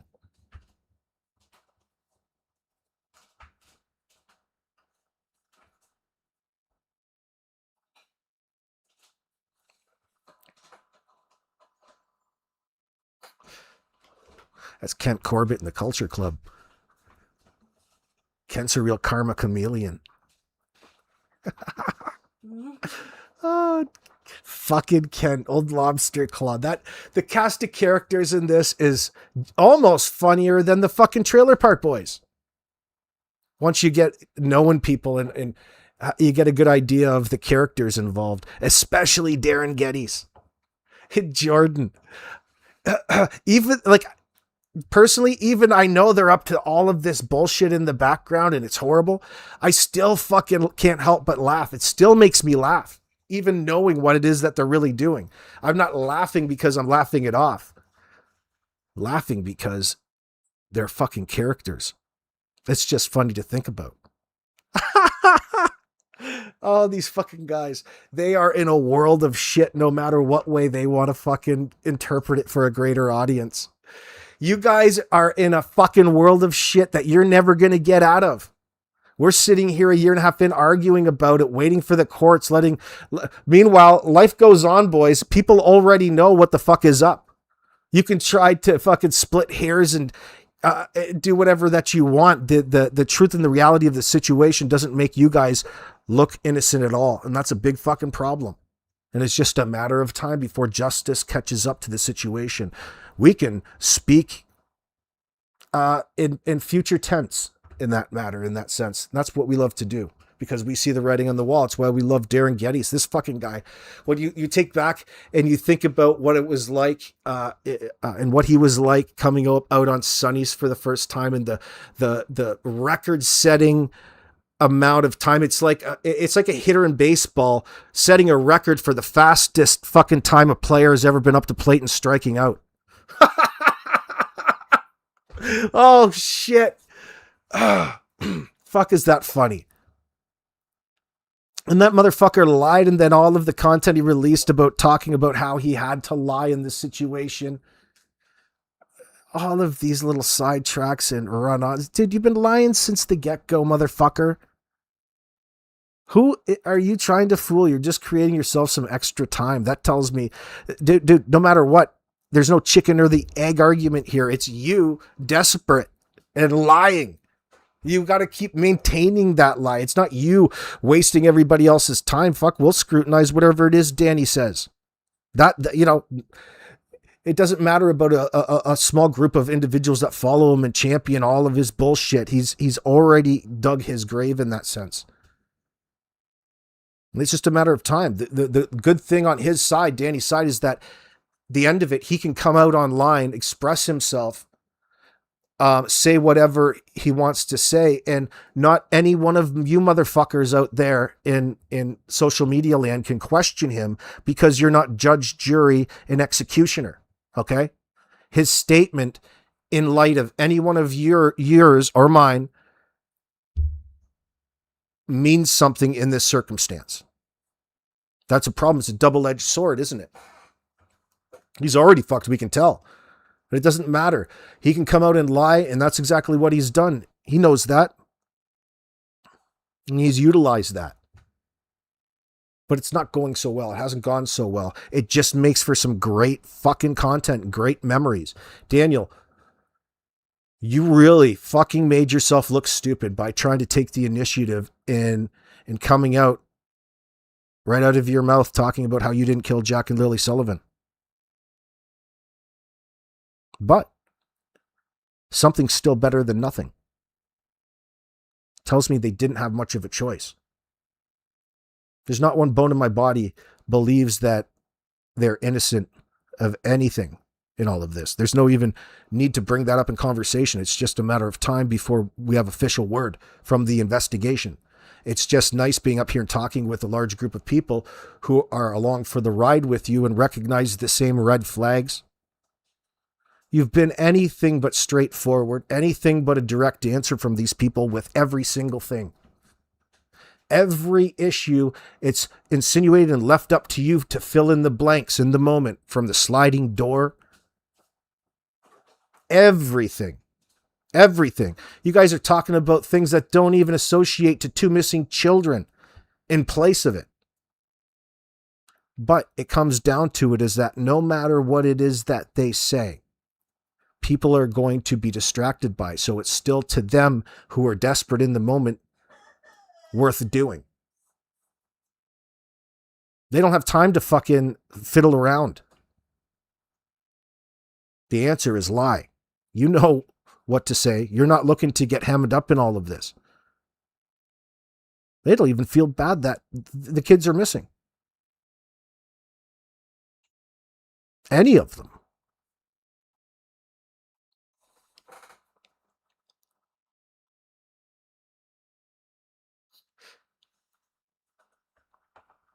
We've gone through that phase where they try to wear out the content creators that love to have them over on their channel in order to just get over there and repeat the exact same words that they told the RCMP, same holes, same everything, no context, parroting. People have been through a lot. Your emotions up and down throughout this entire case. You guys have all made junior detective level. Even you, Danny. But for Danny, the only person it matters to in this circumstance, not the only one, because there's many people involved for many different things, but when it all comes down to who's responsible for whatever happened to Jack and Lily, nothing's ever changed since day one. You guys have been looking suspicious and up shit creek since the get-go. And everybody has been out here awaiting an answer, assuming, filling in the blanks like you wanted. That's always a bit of a problem because it still doesn't quite put a finger on what exactly happened to the kids and why we're all in this situation.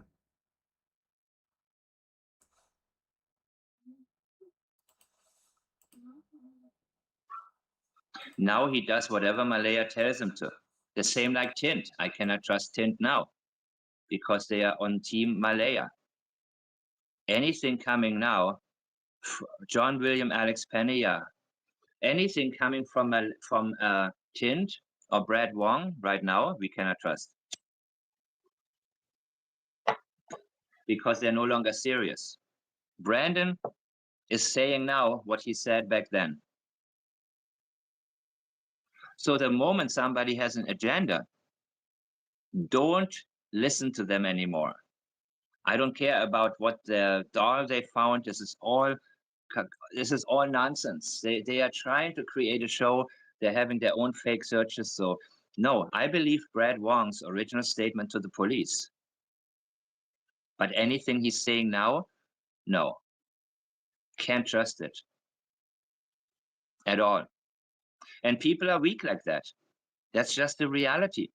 It's not common for somebody like Brandon or Anita to keep going. These people, they're siding with somebody and they say, well, who cares, right? I'm just going to live my life. And I don't know what's in it for Brad Wong, but I don't trust him. I trust the statements, though, to police.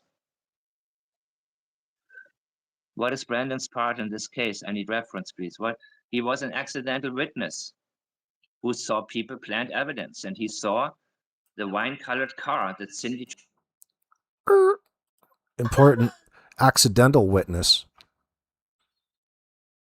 That's an amazing story. That is effing amazing.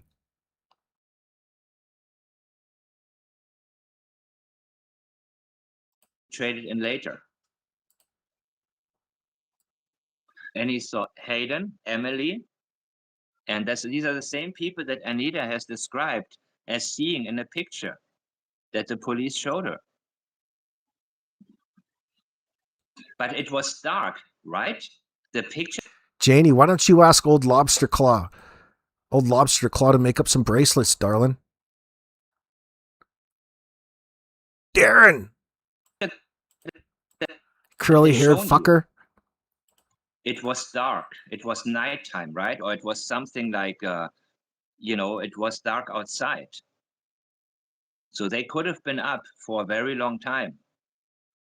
And they were not dressed to do a search. So I believe they just went there to plant a couple of things to confuse everybody. Because they're dumb like that. Brandon is an innocent bystander that saw something that's it. He's a silent, yes. Brandon simply was in the area and he went fishing up there. Let me show you where Gaylock Lake is. Because, for me, I've looked at these maps for a very, very long time, guys. And this would be Gaylock Lake. Jack and Lily were here. And he heard the alert. 2 children are missing. And since he has a military background, he figured, you know what? This is what I'm going to do today. And the area where later on they said they found a pink blanket, no, he made it very clear there was no pink blanket. He didn't see a blanket at all. He saw a brand new pink shirt. Yeah, is that right? You know what I noticed early on about Brad Wong is I don't think he speaks English very well or communicates very well. We noticed that right away, didn't we? Not me personally, but I'm saying as a group of individuals, if you remember when he first went into chats. Where did I just read that?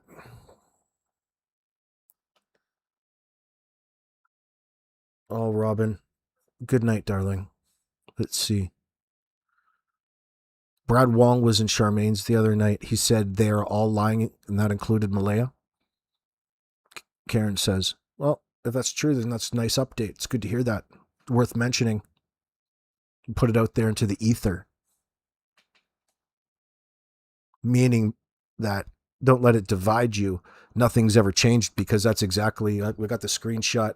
And well, I used to have the screenshot in the back, but of him stating that initially as well. Nothing's really changed with him, but people want to have you think a certain way, of course. And, people get things in their head for whatever reason. Brian Sutherland, what's up?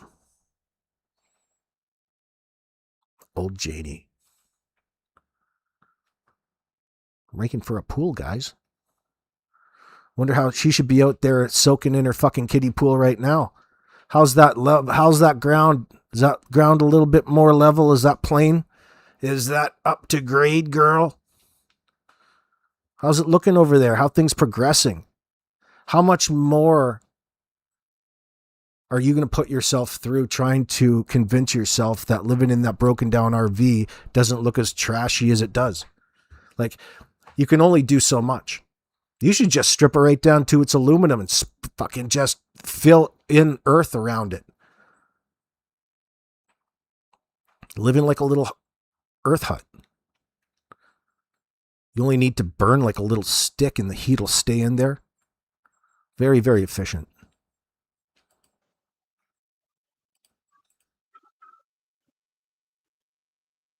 He saw the wine-colored car, Honda Civic. He went down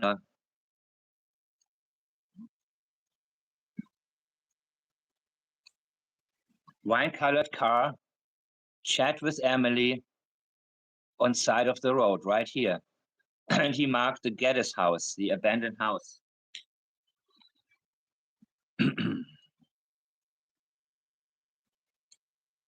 Brad Wong lives right here. The old park. Wayne, Mackenzie. But Wayne also owns a property up here. And this is the Middle River of Pictou. The garbage bags were there. Yeah, I'll keep an ear out for it, Justin. I'm going to look very quickly if I can find the timeline again of the car moving, because that's absolutely important in my opinion. And again, this is the early statement from Brad Wong. Brad Wong didn't want to come to this. He didn't want to give an official statement, but he decided to talk to the police and tell them.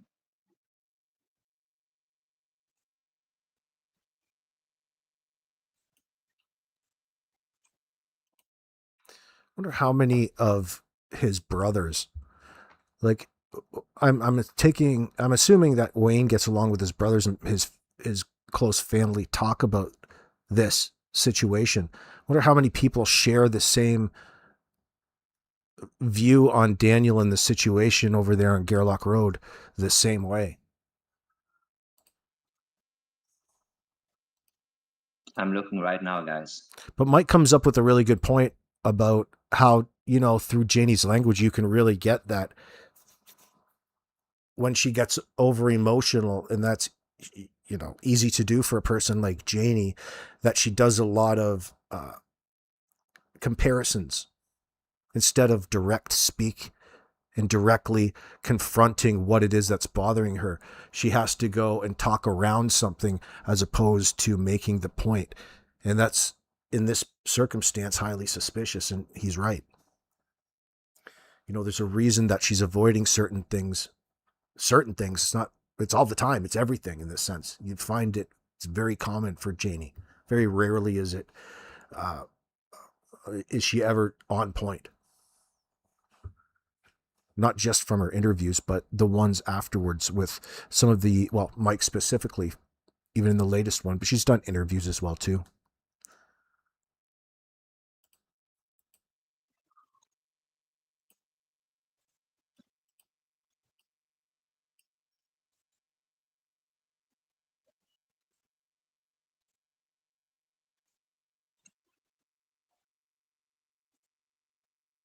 Give me 1 second.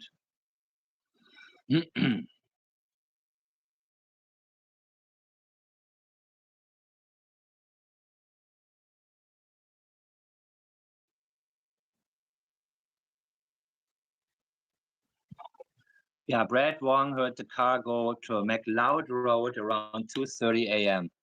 2:30 a.m. to that bridge.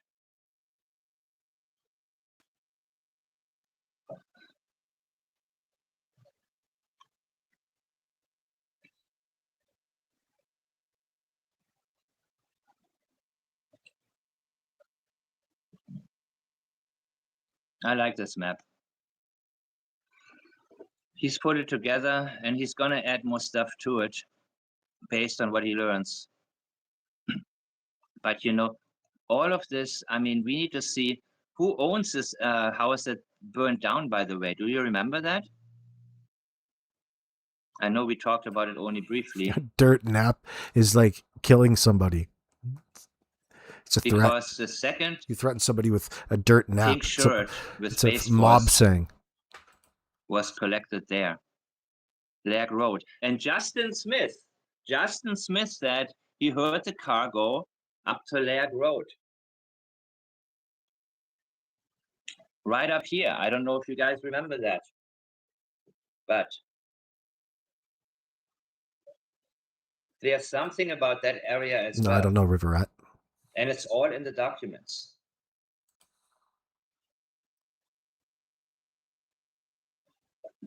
So these people were doing what they could to help cover up. And again, this was both Daniel's and Malaya's family.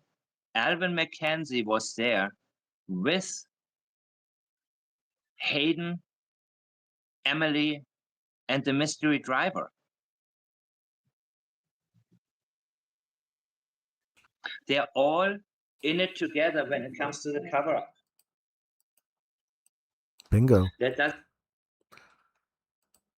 You're absolutely right. Diane, anyone who believes MBM after her first interview and lack of care to find her children, to believe a woman who doesn't advocate for her children and neglects them is just an idiot.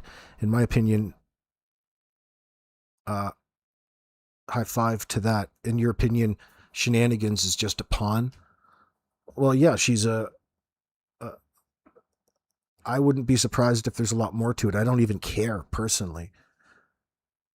But yeah, at very least, right? Yeah, dirt nap means buried, Sadie.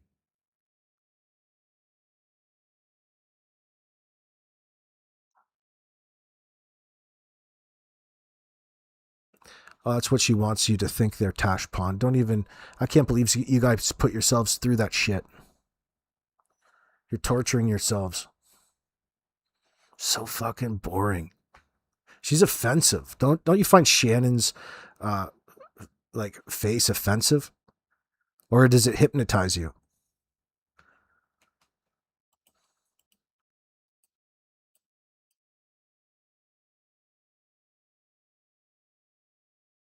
Thursday night, Friday AM was the evidence drop. Others helped to remove everything from the area. The kids were probs moved to a more permanent location on the day, the second or third, in your opinion? Possibly, Alana. I guess that's possible. I mean, what you really get from that statement, or I do, is that, you know, all of this, what we're getting to learn and the possibilities.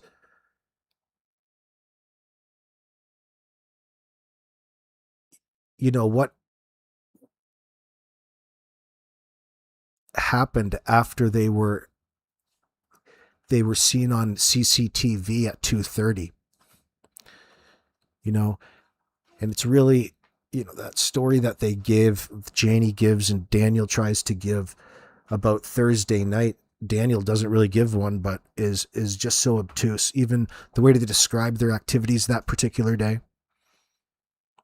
There's no rhyme or reason to it. I'm not just joking about putting a fence around that shitty fucking RV.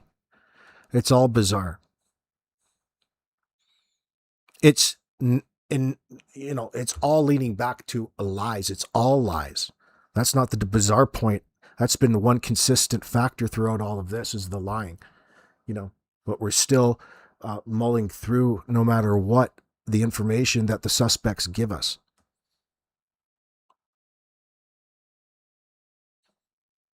We have to get past that. We do.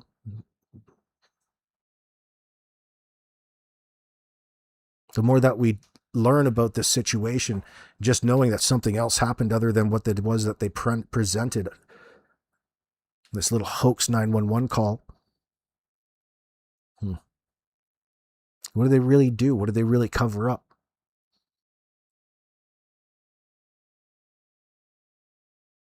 And how many people would be implemented in that? You know, because it seems a little too easy that so many people are on board with covering up child murder. Is it reflect or representative of just how unwanted Jack and Lily were?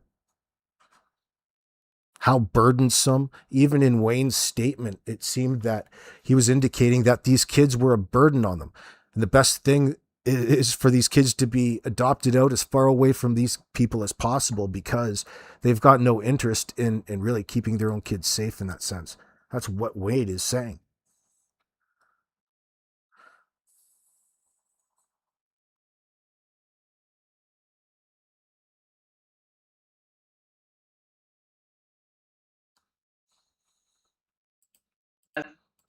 Doesn't mean Wayne or Harvey McKenzie are in on it, but he said that Wayne McKenzie followed him when he was searching in November, doing the PBMU search. So, even though Wayne said the things that he did say about Daniel, he talked about how Daniel was, just a huge burden to Janie, and he should go. I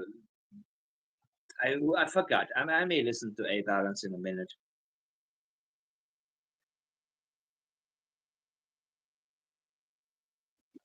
And if your internet connection is not good right now, we can do it at a later time. There's no rush, Anita. There's no need to cover everything right now.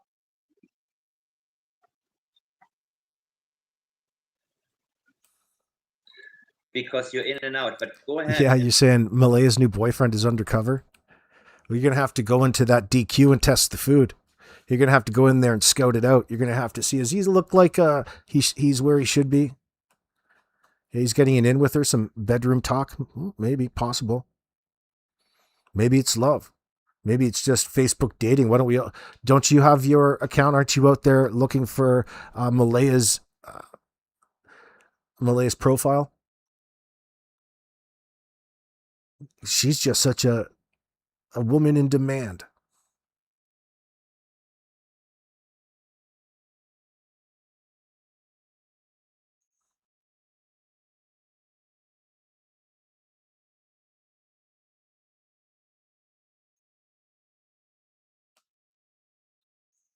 And speak if you like.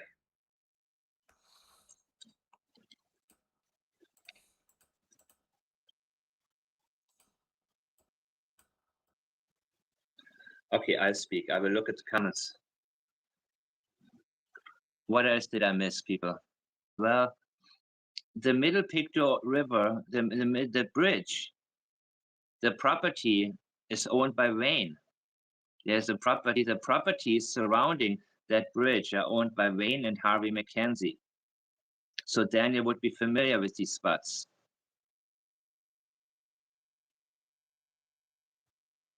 And Janie is worried about Daniel going to prison.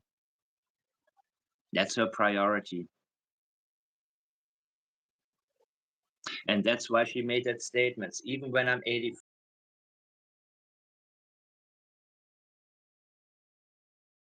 I would like to know more about the resentment, the natural resentment that Janie's got no problem showing towards Malaya. Like there's an underlying issue there. There's a reason that Janie dislikes Malaya in that sense. And it probably has a lot to do with the situation that we're in, but previous to that, they've got no problem talking about how inept of a parent she was, especially when Meadow was born. It probably started before that. Like there's a real reason for that.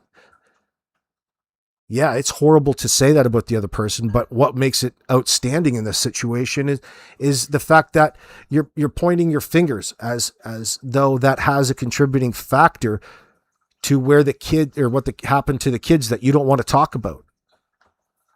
I.e., you know more. That's guilty knowledge. 5. I'm still going to be worried. Well, she'll be 85 in 25 years. How much time do you get for murder in Canada? What is the average, what can you expect? Yeah, I don't expect Wayne to protect him either. But there's a possibility he may not say as much as he knows.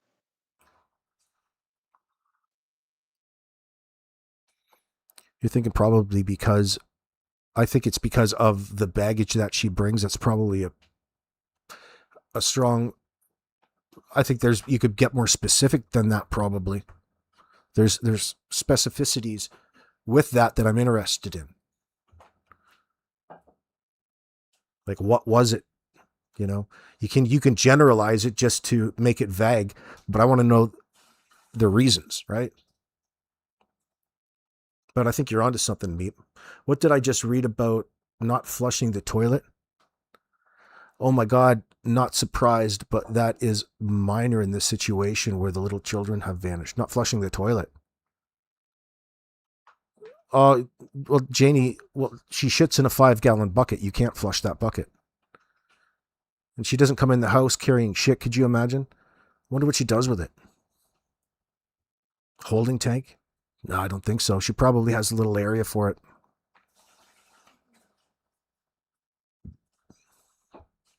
Probably a little spot in her freezer where she freezes her excrement.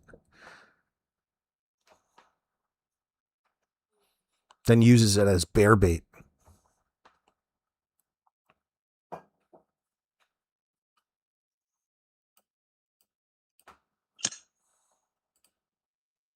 I have to always consider that. But it's a combined effort. They talk about each other, they point fingers at each other, but when it comes down to it, they're all in 25 years, yeah.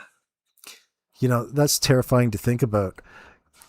Could you imagine the stuff that comes out of Janie's ass to attract bears? Janie's scat to attract fucking hungry bears. That's so crazy.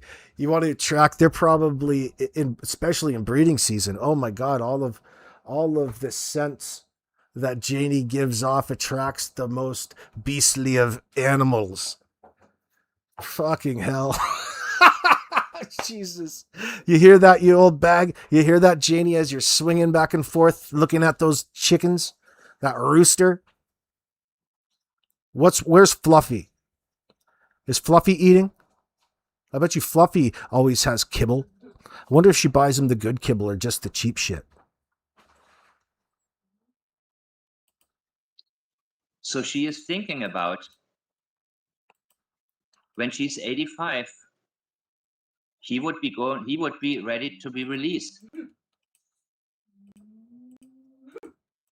I think his name is on the property.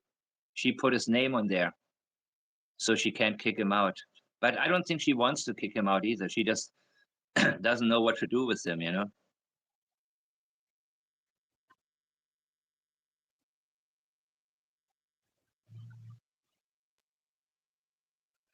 Yeah, maybe he, you know, maybe the children died in different ways. And maybe Jack really was an accident. But then again, if they didn't do what they could have done to help him, that's different. You know, that's what I think. It's very possible. Daniel and Justin are on her deed, yeah. Can somebody still get tried if they don't find the kids? Yes, I think so, but I don't think that they want to do that. I don't know, maybe, yes, it's harder to convict, right? It's a lot harder to convict. And you want to make sure that you got everything that you could get. I always thought it was an accident with Jack. I'm getting messages from somebody I don't know.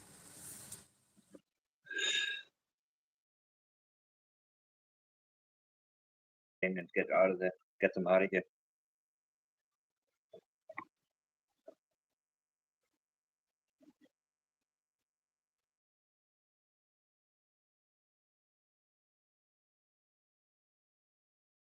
Oh yeah, friends. It's that time. We're going to shut it down just after 2 hours. Stand by a little bit later. Well, actually, we'll be back tomorrow on Sunday for a live stream. It's just catching up with Mike DeMann and messages from Brandon. What a turn of events. Growing to know the circumstances in this Jack and Lily case. Thank you all for joining today.